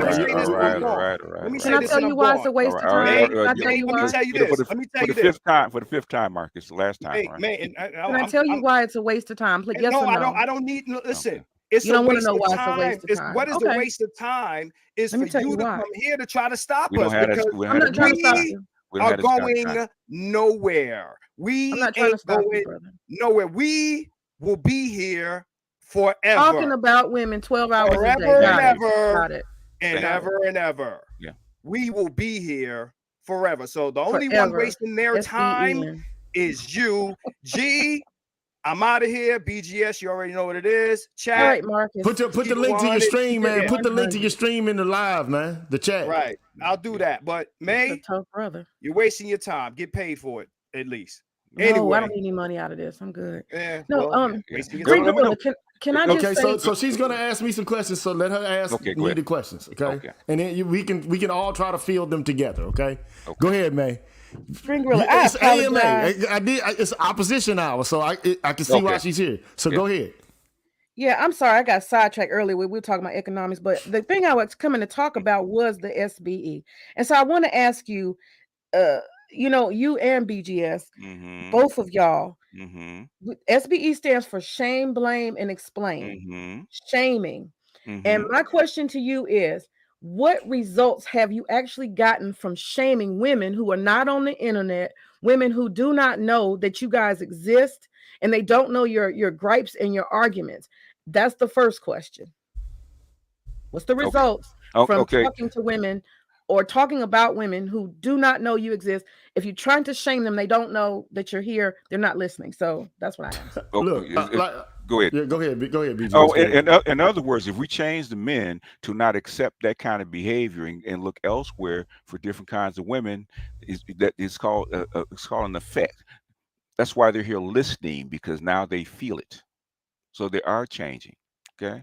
Slowly but surely, not fast enough, but they are changing because they had to figure it out. I need a man because it's economic crisis and it's not enough of them. And the ones that are viable, that are fruitful, are leaving us for other places and other women. How do I stop it? Now they need answers. That's how. Go ahead, Gigi. Yeah, one of the things that's always interesting to me is that you know, people want all of these you know, like they want these results and they want to see actions and shit like this. And you know, I understand the difference between pragmatism versus you know, like just consistent conversation. But at the end of the day, man, this is an online community, man. This is not a skill sharing place. This is not, you know, a fucking political space. It can be a springboard for people who want to do that. And it has been a springboard for that. I mean, like, shit, Dr. Johnson just wrote a book about these issues, and he's been developing, you know, like a fucking plan that men, you know, can use in order to be proactive about asking their politicians for policies that actually work in their interests, which is something new because men generally don't tend to think that they have any like kind of policies that they should be working for by and for themselves that work to their interests. But like, you know, my whole thing is this, man. I'm not trying to talk. I don't even talk to women. No, mostly, I don't. See, that's like, a problem. That's a problem right there. Well, you know, like look, at the end of the day, man, look, let me just say this. I talk to anybody. I don't talk to women. Like, my channel is open. Women come to my channel from time to time, and I'm a man. So I'm going to talk about shit that interests me or shit that I got on my mind. Okay. I don't give a fuck if a woman like it or not. I don't care if a nigga like it or not. It is what it is. Like, I mean, at the end of the day, I believe in the open and free exchange of ideas. Okay. If you don't want to consume it, if you think it's useless, I would say, like, do things that you find are useful. This is the thing that confuses me about SBE. I'm just saying that confuses me about it. Why are you focused on some shit that you say is unimportant? I don't get it. Like, if, like, say for example, it was a group of motherfuckers, man, and they're really into like moose calls, like AMSR or some shit. And we just do that a lot. And I mean, it's like, I'm just saying, like, we're into that shit. Like, and it really doesn't have any impact on shit going on elsewhere in the world, but we really love to do it a lot. And we have a community of motherfuckers that get into it, and we talk and shit. And then motherfuckers that just don't like moose calls, they keep coming to this motherfucker to listen to us enjoy our moose call of this shit. And then you ask the question, like, what the fuck are y'all doing here? That's the question I got. Like, if especially black men in this space. But I know why they do it, because they feel like I said, you know, they've been here for a long, long time, but nobody watches them and shit. So I think they got sore pussies, if you ask me. You know what I'm saying? They kind of upset that they're not really getting the attention that they feel like they deserve, especially since they feel like they were the ones who founded these kind of spaces and like were the progenitors of the conversations or whatever. I'm like, look, dude. You can't fucking monopolize. One thing motherfuckers got to understand about like talking or conversing, you can't monopolize. In the United States, you can't monopolize a conversation. And you can't trademark ideas of politics, okay? So guys here are butthurt about some shit they can't control. And I'm just trying to tell them, like the guys who like are really into this SBE shit, bro, at the end of the day, this is Google, YouTube. You don't fucking own it. You can't control it. You can't monitor or get people on or off the platform. Now, if you don't like it, boy, one thing about it is this is a marketplace of ideas. Are y'all YouTube dedicated is. to SBE? That's what I want to know. Huh? Are y'all dedicated to I am. shaming, blaming, explaining? Yeah, I am, women? because it works. It doesn't work, BGS. Yes, it does. That's Yes, the it problem. does. These Yes, it little does. whores, No, no, these little whores, these little naked it does. chicks, It these does. baby mamas, they not listening to y'all. They're not finna do nothing. Keisha is winning and she's running full of Let me know. free. Keisha ain't winning, man. Let me know when I can get in, man, because I'm sorry. I'll be quiet. It does work, because the lack of SBE is why you have these little whores doing all this kind of bullshit, because you're not shaming them, you're not blaming them, you're not holding them accountable. Shaming is holding you accountable, right? To a moral standard. That's called shame. Without a moral standard, there is no shame. In other words, you're not doing enough of it. In other words, basically, guess what? When a chick gets pregnant out of wedlock, you shouldn't be having a baby shower for her. But they will. Huh? So that's a lack of shame. So in other words, guess what they're gonna keep doing if you don't shame them? No, That's not really what's going on.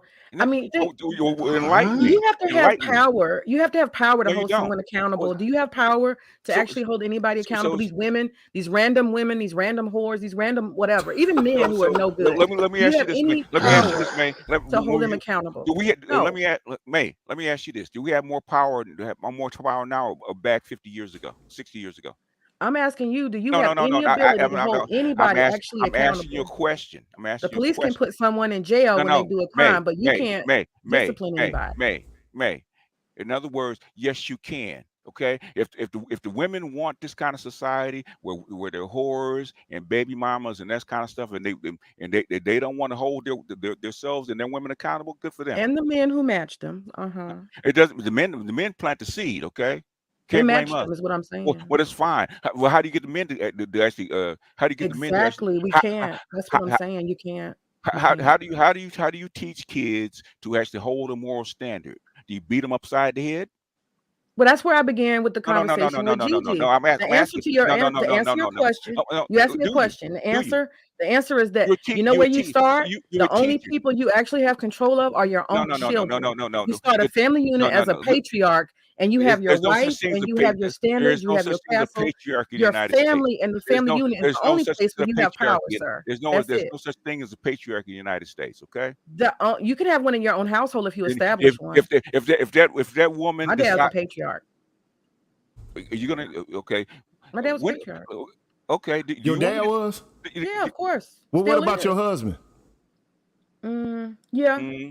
No, see, because you want me to keep it real with I you. wouldn't call You him want a me to keep it patriarch real with you, because May? let me say this. Let me I'm gonna clear tell it you up. what, May. Let me tell you clear it up. something. If My you was father- my wife, May, I want you to. I'm gonna keep it real. Oh, here we go. We got If big you was info, my y'all. wife, Get ready. you Get wouldn't ready. be out talking to random niggas on YouTube. I'm just keeping it a buck. Everybody's on the internet.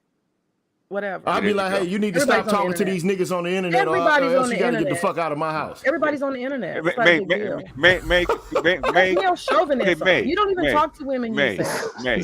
May. I'm just keeping it a male buck. chauvinism. May. Go study. Hold on go one second, BGS. Let me No, explain no, something wait, real quick. wait a minute. Wait, Spring no, Gorilla. you're Spring not. Gorilla, you No, are you're not. you No, you're are not. a PhD. Because you Spring argue with Gorilla. niggas on the We gotta internet. Like fix it's that, not your brother. job to be You are arguing back and forth with educated, men, and man. you are a philosopher, and you are a PhD. She You have the momming. nerve to She sit momming up right here now. She's and momming say now. that a woman doesn't belong on the internet, I didn't and say she that. shouldn't talk to I didn't say anybody on that. the internet. Are I you said really serious? my wife wouldn't be Are in the you really manosphere. serious? There you go, May. If You're not I'm a man married. and You I'm don't know married what to a you would woman, do. May. You're I not wouldn't be all married. up in You women's don't know stuff what you talking to would do. various women and shit, You are having not conversations married. with You them. don't know Manners, what May. you do. All you Manners. single men Manners. love Manners. to Manners. sit and Manners. philosophize Manners. about what May. you would May. do, but y'all are May. not in it. You're not married. Come on that's- now. I've been there and done Y'all be that, making man. up stuff. I've been there and done that. Nah, y'all be making up stuff. You don't want what the gynocracy looks like. You just listen to it right there. Exactly. No, I Like a just woman. want you to Look, You just heard it right there. look, I gotta take it down, man. So look, I gotta take it down. Cause look, all I'm trying to say is, if I got a wife, I'm the head of my household, right? The last thing I want my lady doing is going from space to space with where it's hard legs at, having all kind of conversations and talking loud to niggas and shit, telling them what they shouldn't be doing or what they should be doing. Cause if you doing that in nigga spaces online, what the fuck you doing in your own house? You know what? I'm just keeping it a buck, man. No, I mean, just straight, real talk. You know what I hate? She's been a teacher, right? Okay, if a kid acts up, right? Okay, you can do three things. You can do 1, 2, 3. You got to beat the shit out of him, kick him out, okay, and keep it moving, which is physical punishment. Or you can first you do is explain to him what he does, right? Hold him accountable, which is blame for his actions, right? And that's the last part is shaming. When they put you in timeout and separate you, that's shaming. Social shaming, right? When they put you in the corner, that's shaming. When they bring you up to the chalkboard and make you write standards, that's shaming. Okay? That's shaming. You don't have to have harsh language. Social shaming has worked. If you put that single mother out front and tell everybody, women actually good at it, and tell them that she's whatever it is for having a baby out of wedlock. Okay, that's called social shame. It's how people keeping people under control for 100,000 years. Okay. I don't know what you're talking about. And look, man, I'm not even trying to be disrespectful by telling you what I told you. The only thing I'm trying to tell her is, if you were my wife, I can't make you do nothing, but I know how I would react to my wife being consistently having, in a situation where she's consistently having conversations, not even like ones where there's like really like just slow, dispassionate, objective, and impartial exchanges, but like where like it's voice raising and shit. Like I'll be like, hey, look, you doing too much, shorty. Yeah. I tell my lady, I'll be like, hey man, you doing too much for me. And so if you keep doing that, like I ain't gonna force you to do shit. But if you keep doing it, I'm gonna force my way out the door. I'm gonna holler at you. Because that shit is some shit I don't want you to be involved in. You know what I'm saying? Like, because if really it's about you and your husband, what the fuck you worried about what a whole bunch of niggas on the internet doing? Facts. I'm just keeping it a buck, like for real. I'm here. I came here, man, because of my life experiences, and I had some shit that I had to deal with. Just like I'm a black man in this country, the United States. Just like everybody else who's a black man in this motherfucker. I got the same kind of issues that most black men have, okay? And I come from a fucking hood area, and my mother, she had a step-husband and shit. My father was involved in my life, but, I had a stepfather and shit, but he wasn't my daddy for real, you know what I'm saying? So at the end of the day, man, I know how this shit play out. I understand how this shit goes. And black men really don't have an issue with black women being in the marketplace and getting bread and doing a whole bunch of other shit. The only thing black men got an issue with, really for real, is that we have a group of women who sell us out, man, any fucking moment, and use whatever little power they got from the system and use it to browbeat us with. Any advantage that they feel like they got over us, they use it. I've seen it happen. Women who, they start off cool, you fucking, everything cool when you start fucking. You know what I'm saying? You smacking it and shit like that, everything is good when that shit go down. But as soon as the issues come up, the problems arise, and it becomes like who gonna control and run shit, then that's where the issues start. And often they don't start until the baby's involved. I done been with women, man, 5 years. Both of my baby mamas. I was like, I'm not fucking having no babies with neither one of these motherfuckers till I'm sure we can get over and overcome problems. You know what I'm saying? Just like disagreements and all kind of shit. Shit, the real disagreements came when they had that baby power. That's the power. Yeah. Power of the state. The state power. When that shit came in, the motherfuckers had Kramer versus Kramer. Mm-hmm. That's the type of power my motherfucking bitch got. Like, here it is, right here, right now. I got the government. I want a check. Really? I thought, nigga, we was with you for 5 years. Mm-hmm. Shit, I got this baby now. Mm-hmm. What? Now you brand new because you got a man. I got power. Brand new. You ain't brand new. Been that way. They taking what should be blessings and turning them into fucking curses for us, man. And I'm not a absentee dad. And most black men are not. White men are actually more absent in relation to their fucking kids than us. That's just the facts. That's the surveys and the studies. We're actually involved in our children's lives. We actually cook and do shit for our kids and spend time with them and help them with their homework and shit, if we know how to read. Oh, God. But I mean, I'm just like, I know I'm an anomaly, okay? I'm an anomaly, okay? I get it. I understand. But goddamn, man. Niggas is out here really actually trying to wife up these concubine-minded motherfuckers, man. Mm-hmm. And that's the shit that's not working. Niggas really want to find wives. But it's like the dude said on that one thing. It's like niggas is confused right now because too many real women is standing next to these hoes. Mm-hmm. It's like Marcus came in and tried to explain it. Like, why are you not talking to these bitches? They the ones the problem. Yeah, because they're not listening. That's really the reason is. They won't listen. We listen. These hoes is the problem. Niggas is actually fucking putting themselves through hell trying to win a soldier through with these bitches. Yeah. That's why niggas are saying fuck you hoes. Niggas is like fuck the black community. Mm-hmm. Like you gotta think how bad it has to have gotten for black men to collectively, or now I ain't gonna say collectively because it's most people are blue pill or whatever, but most men are beginning to, protest in one way or another, either openly or, you know, by just passively, like tacitly saying, man, fuck it, I'll just lie flat. Mm-hmm. Yeah. But it's a whole bunch of reasons why this shit is occurring, and they all don't have to deal with the subject of race. Because white men going through the same shit. Asian men in China going through the same shit. Yep. Motherfucking white Asian boys in Japan going through the same shit. Yep. And motherfuckers is wondering, like, what's happening? Look, give a little woman some money, man, and all of a sudden this bitch thinks she the motherfucking, like she a dude. She grew a fucking dick. For real. I swear to God, bro. It's like a hyena with a false penis, man. Yeah. Give a woman some money and watch her start to grow a dick. Give a woman a title and watch her grow a dick. And we saying, like, I mean, the only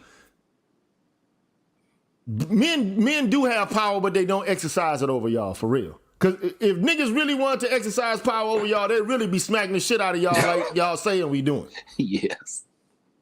I'm just keeping it a buck. We'll be like, if niggas was really on some power control shit, we'd be smacking the shit out of bitches. Like, bitch, shut up. But we're not doing that. We're actually trying to be in dialogue with women. And it's like the disrespect that we receive is like, nigga, what you doing is like, so fucking what? The one thing I know for a fact is, man, if I'm tuned into some shit and I don't like it, I'm tuning out of it. And guess what? I ain't gonna revisit the shit. I'm not gonna go to some place where I ain't fucking welcome or where motherfuckers kind of like playing games with me or shit or disrespecting me. Fuck that shit. If I'm a blood, I ain't going where the Crips at. If I'm a Crip, I ain't going where the Bloods at. If I'm a BD, I ain't fucking with the GDs. If I'm a GD, I ain't fucking with the BDs. But the internet is some weird shit. I think motherfuckers love static and drama. The kind of thrill that they get from this shit, which is sick to me. It's a sick ass place, man. You know what I'm saying? So look, I'm gonna go around the hoop. I know Marcus is starting now. I don't want to take away from what he's doing right now. You know what I'm saying? So I want y'all all to go, you know, check out my nigga show. You know, Keep It 100. Check him out. What's up, Nameless? I ain't seen you in a minute, man. Look, I'm looking forward to fucking rocking with you in Sand Dog again, man. You gotta holler at your boy, man. Real talk. But anyway, I'm gonna let me put the brands back up so I can know who the fuck I'm talking to with I think it's your name, man. I'm sorry if I butchered that, but V for V. Yeah, V for V. I'm sorry, man. I appreciate it. Yeah, I've been waiting for a minute. I appreciate the wisdom tonight from the elders, right? Y'all's patience is forever ending, forever long. I just want to go through. I wanted to respond to May at first, but I couldn't get time to get in. But I just wanted to go through what happened tonight, right? Came in talking about taxes and economics. That routed off into specific focuses that different SMEs talk about. Equalizer chimed in, I chimed in, you chimed in, GG. We go into talking about SBE, which is the real reason she was on here. Bullshit. Right. Specific poignant questions from Marcus that she couldn't answer. Continue to go on with sign language. Then we're back to SBE. Then when you just explained at the closing comments, the new generational thinking of Black men today and the impact of you all's messages on us now. Explaining how these women, whenever they get any type of power, which I don't blame them, anybody that gets power, they can't put the dicks up. They abusing the power. And they're all just agents of chaos at the end of the day. Every single one. There's no reason to argue with women at all. You can explain. And all she did, that she came on here and asking us about why all we talk about is SBE, is she came on here and did SBE the entire time. And that was the most ironic thing. And I wanted to talk so bad, but like it was so interesting. She's complaining about SBE. She's putting in the chat, stress under SBE is detrimental to your health. She's SBEing us. SBEing you all. So how is that in any form or fashion not ironic as fuck? And then this is the last thing I might go over my time here a little bit, but I just wanted to address her points, right? She was saying 5 things: know where you're at, families, communities, training children, more independent of system, and plan your life, plan everything in your life, right? How are we as a community that has no start? And when we get compared to other communities, and I'll land this plane shortly, How are we getting compared to other communities, like I said at the beginning, if we have no starting point like all the rest of the communities that enacted all these actions that she's saying that we need to enact, along with other Black women who want to shame Black men and say that we have no power, we don't exercise violence, we don't do all the other things that they think that every other community of men did, and looking at history. Open a fucking book, okay? What did you say years ago, Gigi, in your old streams? Niggas don't even know how to read. And then you expect us, when we have people like you as a teacher in public schools or private schools or charter school, wherever she at, we got tens of thousands of hers trying to teach our sons and young Black boys, and they don't even know how to fucking read to get to this information. And like BGS said, get to a point we can't even teach them until they're actual adults. They become adults, and then we can get into actually starting to get to the 5 points. Know where you're at. How they gonna know where we at if we not explaining shit to them? SB. How are we gonna understand about how to build a family and community without explaining to them what the history of what a good family and community is? How are we gonna train our children without explaining to them how they should be adults? How are we gonna be more independent of a system if we're not able to understand what a system that works looks like, both on the socialist side and on the capitalist side? And then when you're planning your life for everything, how are you supposed to know what's good and what's right and what is an integral way and have integrity in planning every step of your life if you're not explained how to do that for success? At the end of the day, like I told BGS last week in his live, and this is the last thing I'm gonna say, and the plane has landed. I don't know why or how you all are fighting this uphill battle. It is really amazing to me. I hope you all never stop, but it really is a shame to see these people who have no differing viewpoints from us, seeming from the surface, but have the most shit to say. You know what I'm saying? Go tell, like I said earlier, go tell the niggas that don't know nothing about this, the men, the women, that the problems that you have with the community, not the people who are trying to positively affect it. And that's all I got to say. I really wanted to talk most of the time, and I wanted to say what I wanted to say to me, but I just wanted to break it down. I wrote it down on my notes so I could make sure I got every point. It is a shame, and it is a fucking, it's just toxic, like you said, Gigi. It's a Hey fucking. man, I gotta cut you off though, man. Yeah, Hey, I I'm feel done, you, bro. man. This is Look, I absolute- feel you. Hey, look, I understand your pain, man. You understand? I get it. Hey, look, I get it, man. Hey, man, you got to come back, bro. I appreciate your dialogue and your input, man. Appreciate that. You know what I'm saying? Salchi, bro, you got to capture you, man. Let us know something. Yes, sir. Per usual, appreciate the space. BJS, of course, as usual. To get back to the original subject, as I stated earlier, it really does start with the family. I mean, we know what it is, man. I mean, if your counterpart is not on par and is not cooperative, there's just no way you can compete with the general society. It's just, I mean, that gets you all the way back to the boot, put your bootstraps on, which is crazy. And I call that the Rambo syndrome. I mean, it's just, it's only going to happen in Hollywood, man. It doesn't happen in real life. So, basic stuff from, IRS or for people, I guess, who want to have a clue on, how I look at things and how things really are played on a grander scale. I mean, child tax credit, for the most part, I mean, it's phases out at $200,000, $400,000 for joint. Again, joint meaning married couples, right? So those are high income earners. Okay, so via IRS, highly compensated employees, that's for 2023, that starts at $150,000 or more. All right, so again, compared to what the average person makes, that's significantly more. I typically tell guys you need to be at the accredited investor level. That still hasn't changed.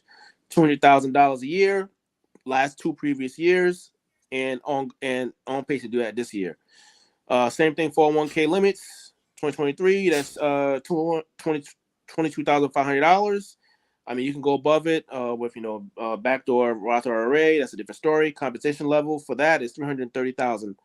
Now, on the well-off, rich, wealthy, you're basically dealing with on the IRS when it comes to IRS or taxes, is K1, Schedule E, Schedule C, and passive activity loss rules. So, I mean, anybody who really wants to supposedly make a lot of money, that's where everything's at.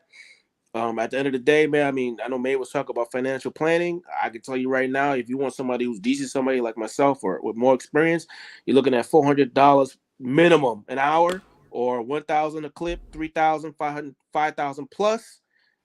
Typically, guys on those levels, man, if they're putting in minimum 50,000 a year in investment, small business, or accredited investor deals, and that's on the small end. So that's a big jump from where the average person is, man. So I mean, if you can't tackle the family problem, I mean, even if you get there as an individual, I mean, it's just only going to happen with you in your one generation, and it's going to die with you. That's the problem. I'm glad you said that, and I'm gonna cut you off right there and move to Bob, and then I'm gonna get like BGS last. But here's the thing. They got it to the point where niggas can't even wife up with women in order to create families, which is a natural social unit.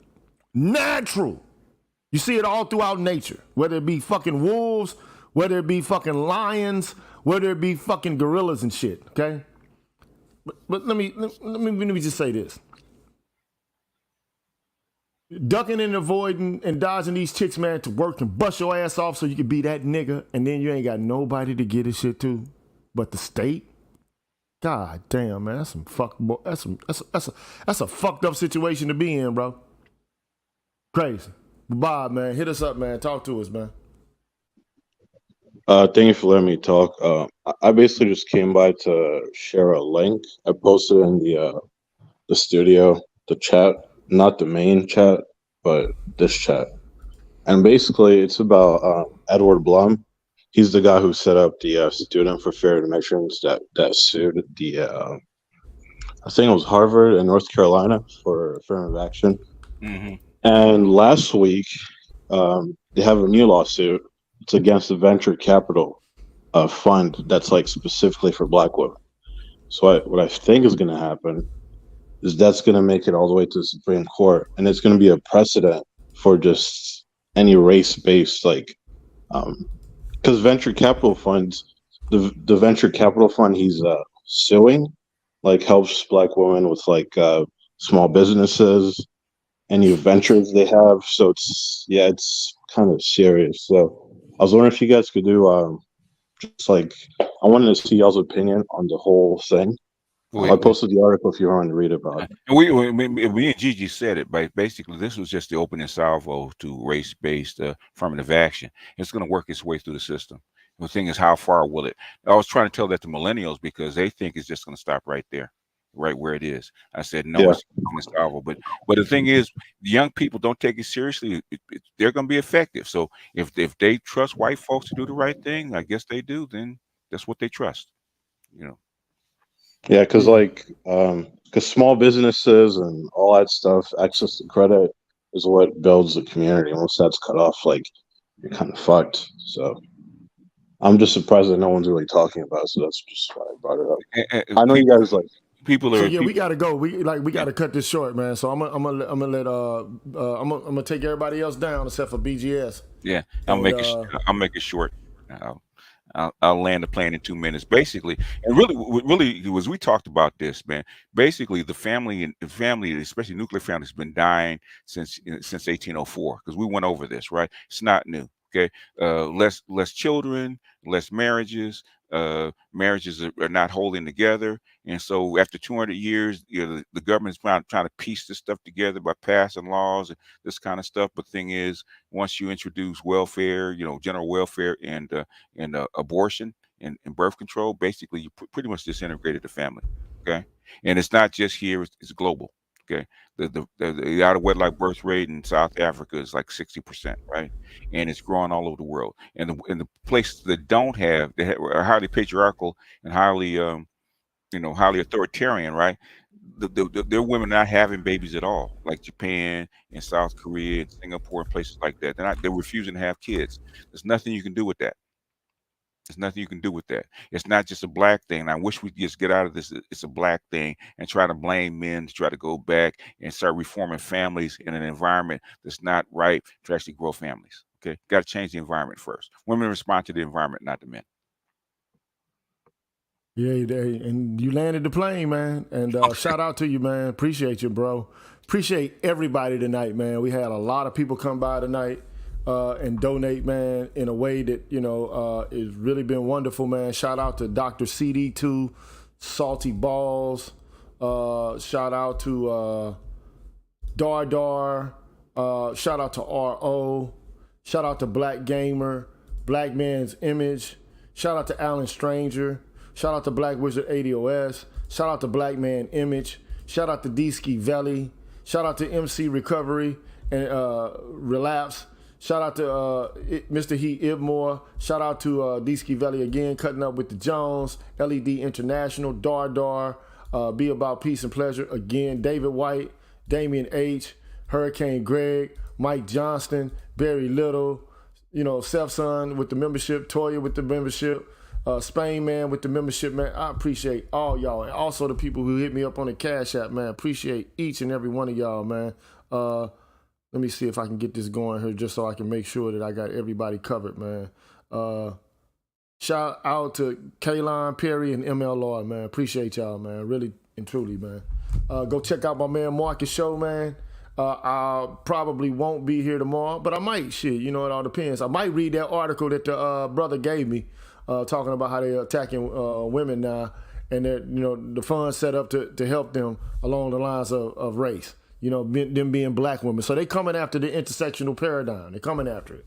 You know what I'm saying? But hey, I think, you know, like the people on the left, they took the shit too far. That's my viewpoint. They took the shit too far. Okay? And without asking for anything substantive at all. You know what I'm saying? I think the politics of recognition was stupid they was dumb from the start. Like MLK knew it's time to go for economics. We already did the recognition thing. That's the easy part. Let's deal with the distribution, the economic based problems. But you know what?